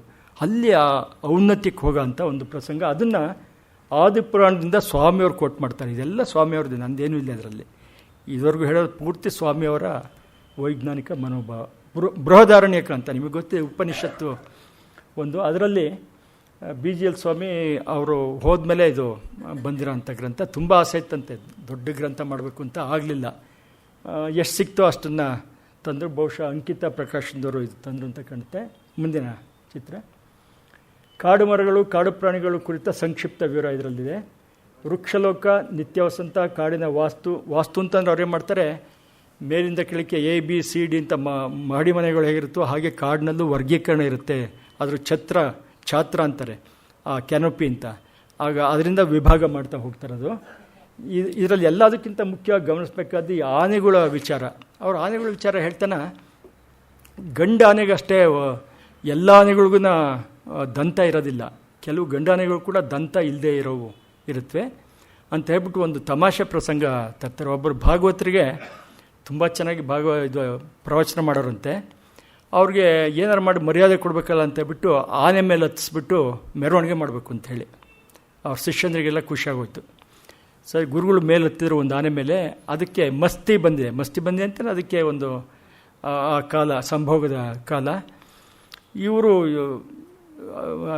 ಹೇಳ್ತಾ ಇರೋರು, ನೋಡಿ ಅದಕ್ಕೆ ಮಸ್ತಿ ಬಂದಿದೆ, ಅದು ಆ ಥರ ಎಲ್ಲ ಯಾರನ್ನೂ ಕೂಡಿಸ್ಬಾರ್ದು, ತುಂಬ ರಾದ್ದಂತ ಆಗುತ್ತೆ ಅಂತ. ಆ ಮಾವುತನಿಗೆ ಓಡಿಸ್ಬಿಡ್ತಾರೆ, ಸುಳ್ಳು ಹೇಳ್ತೇನೆ ಅಂತ. ಇನ್ನೊಬ್ಬ ಮಾವುತನ ಕರ್ಕೊಂಬರ್ತಾರೆ ಸ್ವಾಮಿಗಳು. ಇವನು ಹತ್ತುತ್ತಿದ್ದಾಗಲೇ ಆನೆ ಏನು ಮಾಡುತ್ತೆ, ದಿಕ್ಕಾಪಾಲ ಓಡೋಕ್ಕೆ ಶುರು ಮಾಡುತ್ತೆ. ಕೊನೆಗೂ ಮರ ನೇತಾಕೊಂಡು ವಿಷ್ಣು ಸಹಸ್ರನಾಮ ಹೇಳ್ತಾ ಕೂತ್ಕೊಂಡಿದ್ದಂತೆ ಮರದ ಮೇಲೆ, ಕಾಪಾಡಪ್ಪ ಅಂತೇಳಿ. ಅಂಥ ಪ್ರಸಂಗ ಹೇಳ್ತಾ ಇರ್ತಾರೆ. ಆನೆಗಳ ಬಗ್ಗೆ ಹೇಳ್ತಾನೆ. ಆಮೇಲೆ ಅದು ಹೇಳ್ತಾರೆ ಎಷ್ಟು ವರ್ಷಕ್ಕೆ ಗರ್ಭಕ್ಕೆ ಬರುತ್ತದು, ಅದ್ರ ಚೆಹರೆ ಹೇಗಿರುತ್ತೆ, ಅದ್ರ ಲಕ್ಷಣಗಳು ಮುಂದಕ್ಕೆ ಬರ್ತಾರೆ. ಅದು ಫಸ್ಟು ಈ ಒಳಗೆ ಕೇಳ್ಕೊಂತಾರೆ. ನೀವೇ ಮೆಜೆಸ್ಟಿಕ್ ಹೋದವ್ರಿಗೆ ಗೊತ್ತಿರುತ್ತೆ, ಕಿಡ್ಸ್ ಕ್ಯಾಂಪು ಗೊತ್ತಿದ್ದು ನಿಮಗೆಲ್ಲ. ಅಲ್ಲೆರಡು ಕೋತಿಗಳ ಥರ ಏನೋ ಡ್ರೆಸ್ ಮಾಡ್ಕೊಂಡು ಏನೋ ಒಂದು ಇದೆಲ್ಲ ಇದು ಮಾಡಿ, ನಮ್ಮ ಮಕ್ಕಳು ಅಲ್ಲೆಲ್ಲ ಹೋದ ತಕ್ಷಣ ಅಲ್ಲಿ ನೋಡ್ತಾ ಇರ್ತಾರೆ, ನಮ್ಮ ಹತ್ರ ಹೋಗ ಮಾಡ್ತಾರೆ. ಆಮೇಲೆ ಒಳಗೆ ಕೇಳ್ಕೊಂತಾರೆ, ಆಮೇಲೆ ವ್ಯಾಪಾರ ಬೇರೆ ವಿಚಾರ. ಫಸ್ಟು ಒಳಗೆ ಕೇಳ್ಕೋಬೇಕದು. ಒಂದು ಪುಸ್ತಕನ ನೋಡಿದ ತಕ್ಷಣ ಮುಟ್ಟಬೇಕು, ಆನಂದ ಪಡಬೇಕು ಅಂತ. ಹಾಗೆ ನಮ್ಮ ಸ್ವಾಮಿಯವರು ಪುರಾಣ, ಇತಿಹಾಸ ಎಲ್ಲವನ್ನು ಬಳಸ್ಕೊತಾರೆ. ಒಬ್ಬರು ಮುಳುಕುಂಟೆ ರಮೇಶ್ ಅಂತ ಇವ್ರ ಬಗ್ಗೆ ಡಾಕ್ಟ್ರೇಟ್ ಮಾಡಿದ್ದಾರೆ. ಸ್ವಾಮಿಯವರ ಕೆಲಸದ ಬಗ್ಗೆ, ವಿಶೇಷವಾಗಿ ಅವರ ಸಾಹಿತ್ಯದ ಆಸಕ್ತಿ ಬಗ್ಗೆ ಮಾಡಿದ್ದಾರೆ. ವಿಜ್ಞಾನಕ್ಕೆ ಹೋಗಿಲ್ಲ ಅವರು. ಅವರು ಸಾಹಿತ್ಯದ ಅಂಶ ತಗೊಂಡ್ಬಿಟ್ಟು ಡಾಕ್ಟ್ರೇಟ್ ಮಾಡಿದ್ದಾರೆ. PhD ಸಿಕ್ಕಿದವರಿಗೆ. ಅವ್ರು ಬರೆದಂಥ ಪುಸ್ತಕ ನೌಕರ್ನಾಟಕದವರು ಒಂದು ಸೀರೀಸ್ ತರ್ತಾ ಇದ್ದಾರೆ, ಕೇಂದ್ರ ಸಾಹಿತ್ಯ ಅಕಾಡೆಮಿ ಪ್ರಶಸ್ತಿ ಪುಸ್ತಕಗಳು ಯಾವ್ದು ಅಂಥೇಳಿ. ಇದು BGL ಸ್ವಾಮಿ ನಮ್ಮ BP ರಾಧಾಕೃಷ್ಣ ಅವರು ಬರೆದಿರೋದು ಅತ್ಯಂತ ಶ್ರೇಷ್ಠ ಪುಸ್ತಕ. ಇವತ್ತು ಸಿಗ್ತಾ ಇಲ್ಲ, ರೀಪ್ರಿಂಟ್ ಆಗಬೇಕದು. ಸ್ವಾಮಿಯವರ ಎಲ್ಲ ವ್ಯಕ್ತಿತ್ವ ಕೂಡ ಈ ಪುಸ್ತಕದಲ್ಲಿ ಅಷ್ಟೇ ಚೆನ್ನಾಗಿ ಸಿಗುತ್ತೆ. ಮುಂದಿದ್ದು ಸ್ವಾಮಿಯನ ಅಂತ ಹೇಳ್ಬಿಟ್ಟು ನಮ್ಮ ಸುಬ್ರಹ್ಮಣ್ಯಂ, ಅದೇ ವಿಜ್ಞಾನ ಸಾಹಿತ್ಯ, ಏನು ಕನ್ನಡ ವಿಜ್ಞಾನ ಸಾಹಿತ್ಯ ಏನು ಮಾಡ್ತಾರೆ ಅವರು ತಂದಂಥದ್ದು. ಇದರಲ್ಲಿ ಹೆಚ್ಚು ಕಡಿಮೆ ಸ್ವಾಮಿಯವರ ಸಂದರ್ಶನ ಸಿಗುತ್ತೆ ನಿಮಗೆ, ಯಾರ್ಯಾರು ಸಂದರ್ಶನ ಮಾಡಿದ್ದಾರೆ ಅದು. ಅದರಲ್ಲೂ ದಿವಾಕರ ಸಂದರ್ಶನ ಮಾಡಿರೋದು ತುಂಬ ಚೆನ್ನಾಗಿ, ಸ್ವಾಮಿ ಆ್ಯಸ್ ಅನ್ ಆರ್ಟಿಸ್ಟ್ ಅಂತೇಳಿ ಅದನ್ನೇ ಮಾಡಿದ್ದಾರೆ. ಮೈಸೂರು ಡೈರಿ, ಮೈಸೂರು ಇದಕ್ಕೆ ವಿಸಿಟಿಂಗ್ ಪ್ರೊಫೆಸರ್ ಆದಾಗ ಇದರಲ್ಲೇನು ಹೆಚ್ಚಿಗೆ ವಿಜ್ಞಾನ ಇಲ್ಲ, ಆದಷ್ಟು ಗೇಲಿ ಮಾಡ್ತಾರೆ. ಮೈಸೂರು ಯೂನಿವರ್ಸಿಟಿ ಎಷ್ಟು ಕುಲ್ಗೆಟ್ಟು ಹೋಗಿದೆ ಅಂತ ಎಲ್ಲ ಕಡೆ ಗೇಲಿ ಮಾಡ್ಕೊಂಡು ಹೋಗ್ತಾರೆ. ಹೌದೌದು, ಇಲ್ಲೇನ ನೋಡಿ, ತಮಿಳು ತಲೆಗಳ ನಡುವೆ ನಿಜವಾಗ್ಲೂ ಎಲ್ಲರೂ ಓದಿ ಖುಷಿ ಪಡೋಂಥದ್ದು. ಅದರಲ್ಲೂ ಒಂದು ಹುಲಿನ ಅದ್ರ ಗುಹೆಗೆ ಹೋಗಿ ಮಣಿಸೋದು ಹೇಗಿದೆ, ಬಹಳ ಕಷ್ಟ.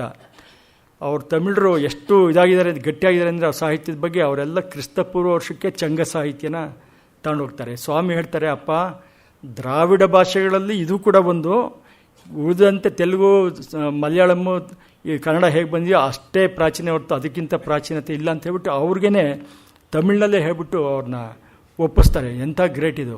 ಮುಂದಿನ ನೋಡಿ, ಅದು ನಾವು ಸಾಮಾನ್ಯಕ್ಕೆ ತಮಿಳರನ್ನ ಈ ವಿಚಾರದಲ್ಲಿ ಹಾಸ್ಯ ಮಾಡ್ತೀವಿ. ಆದರೆ ಸ್ವಾಮಿಯವರು ಮಾಡಿದಂಥ ಮಹೋನ್ನತ ಸಾಧನೆ, ಶೋಧನೆ ಇದೆಲ್ಲ ಸೇರಿಸ್ಬಿಟ್ಟು ಇಲ್ಲಿ ನೋಡಿ, ಈ ಯೂನಿವರ್ಸಿಟಿಯವರು ಭಾರತಿದಾಸ್ ಯೂನಿವರ್ಸಿಟಿ ತಿರುಚನಪಳ್ಳಿಯವರು ಏನು ಮಾಡಿದ್ದಾರೆ ಅಂತಂದರೆ, ಅವ್ರ ಹೆಸರಲ್ಲಿ ಒಂದು ಜರ್ನಲ್ ತರ್ತಾಯಿದ್ದಾರೆ, ಸೈಂಟಿಫಿಕ್ ಜರ್ನಲ್.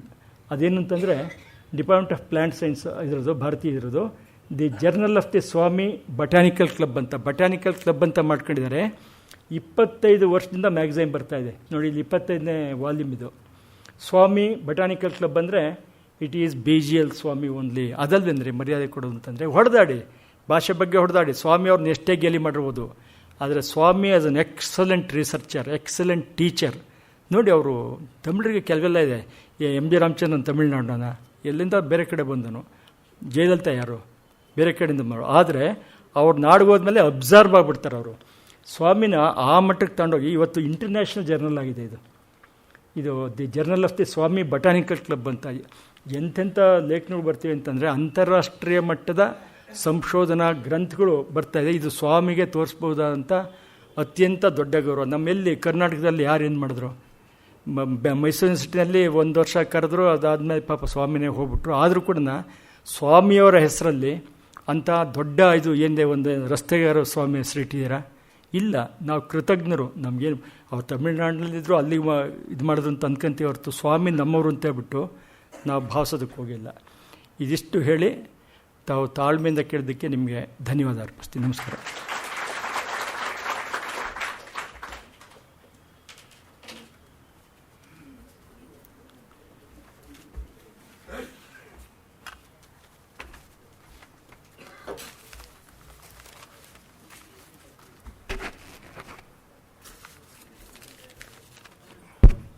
ನಮ್ಮ ಮುಂದಿನ ಕಾರ್ಯಕ್ರಮ ನಾಳಿದ್ದು 18 ಬುಧವಾರ ಸಂಜೆ ಪ್ರೊಫೆಸರ್ CS ಯೋಗಾನಂದ ಗಣಿತಶಾಸ್ತ್ರಜ್ಞರು ಅವರಿಂದ ಉಪನ್ಯಾಸ ಇರುತ್ತೆ. ಭಾಷಾ ತಂತ್ರಜ್ಞಾನ ಕುರಿತು CS ಯೋಗಾನಂದ ಅವರಿಂದ ಉಪನ್ಯಾಸ ಇರುತ್ತೆ. ಆದರಣೀಯ ಅನಂತರಾಮು ಅವರು BGL ಸ್ವಾಮಿ ಅವರ ಅನೇಕ ಮುಖದ ಸಾಧನೆಗಳ ಬಗ್ಗೆ ಬಹಳ ಸ್ವಾರಸ್ಯವಾಗಿ, ಮನಮುಟ್ಟುವಂತೆ, ರೋಚಕವಾಗಿ, ಮಾಹಿತಿಪೂರ್ಣವಾಗಿ ಮಾತಾಡಿದ್ದಾರೆ. ಅವರು ಕೈಯಿಟ್ಟ ಎಲ್ಲದರಲ್ಲೂ ಎಕ್ಸಲೆನ್ಸ್ ಸಾಧಿಸಿದ್ದು ಸ್ವಾಮಿಯವರ ವಿಶೇಷ. ಅದು ವಿಜ್ಞಾನ ಇರ್ಬೋದು, ಸಂಶೋಧನೆ ಇರಬಹುದು, ಬೋಧನೆ ಇರಬಹುದು, ಸಾಹಿತ್ಯ ಇರಬಹುದು. ಅವರು ಕೈಯಿಟ್ಟು ಒಂದೊಂದರಲ್ಲೂ ತುಂಬ ದೊಡ್ಡ ಉನ್ನತಿಯನ್ನು ಸಾಧಿಸ್ತಾರೆ. ಅದು ವಿಶೇಷ. ಇನ್ನು ಬೋಧಕರಾಗಿ ಅಂತೂ ಅವರು ಎಷ್ಟು ಜನಪ್ರಿಯರಾಗಿದ್ದರು ಅಂತ ಹೇಳಿದ್ರೆ ಅವ್ರ ಶಿಷ್ಯರ ಈಗಲೂ ನೆನೆಸ್ಕೋತಾರೆ. ಅವರಂಥ ಶಿಷ್ಯರನ್ನು ಎಲ್ಲಿಯೂ ನೋಡಿಯೇ ಇಲ್ಲ ಅಂತ. ಅವರು ಬೋರ್ಡ್ ಮೇಲೆ ಚಿತ್ರ ಬರೆಯೋದಕ್ಕೆ ಈ ಬೆರಳುಗಳ ಮಧ್ಯೆ 4 ಬಣ್ಣದ ಚಾಕ್ ಪೀಸ್ಗಳನ್ನು ಸಿಕ್ಕಿಸ್ಕೊಂಡು 4 ಬಣ್ಣಗಳನ್ನು ಬಳಸಿ ಬೋರ್ಡ್ ಮೇಲೆ ಪಾಠ ಮಾಡ್ತಾಯಿದ್ರು. ಅಂಥ ಪ್ರಭುತ್ವ ಅವ್ರ ಮೇಲೆ. ಇನ್ನೂ ಅವರು ಅನೇಕ ಸಮರಗಳನ್ನು ಕೂಡ ನಡೆಸಬೇಕಾಯಿತು. ಸಮಯ ಇದ್ದಿದ್ದರೆ ಇವರು ಹೇಳಿರೋರು. ಅಂಥ ಒಂದು ಅಂತ ಹೇಳಿದ್ರೆ, ಮೊದಲಿಂದ the research in the area of zoology did not keep pace with research in botany ಬಹಳ ವೇಗವಾಗಿ ಮುಂದಕ್ಕೆ ಹೋಯಿತು. ಝುವಾಲಜಿ ಹಿಂದಿಂದಕ್ಕಿತ್ತು. ಇದರ ಒಂದು ಹಂತದಲ್ಲಿ ಏನಾಗ್ತಾ ಇತ್ತು, ಬಾಟ್ನಿ ಸಂಶೋಧನಾ ಕ್ಷೇತ್ರ ನಡೆದಿದ್ದಕ್ಕೆಲ್ಲಾನು ಸಂವಾದಿಯಾಗಿ ಝುವಾಲಜಿ ಕ್ಷೇತ್ರದಲ್ಲೂ ಕೂಡ ಆಗ್ತಾ ಇದೆ ಅಂತ ಹೇಳೋ ಪ್ರಯತ್ನ ಮಾಡ್ತಾಯಿದ್ರು. ಅದರ ವೈಫಲ್ಯ, the wasteness of it, the meaninglessness of it, ಅದನ್ನು ಸ್ವಾಮಿಯವರು ಎಕ್ಸ್ಪೋಸ್ ಮಾಡ್ತಾಯಿದ್ರು. ಇವರು ಅನಂತರಾಮ್ ಅವರು ಪ್ರಾಸ್ತಾವಿಕವಾಗಿ ಹೇಳಿದ್ರು, ಹಿಂದಿನ ಪೀಳಿಗೆಯಲ್ಲಿ ವಿಜ್ಞಾನ, ಸಾಹಿತ್ಯ ಇವುಗಳ ಬಗ್ಗೆ ಗಡಿಗಳಿರಲಿಲ್ಲ.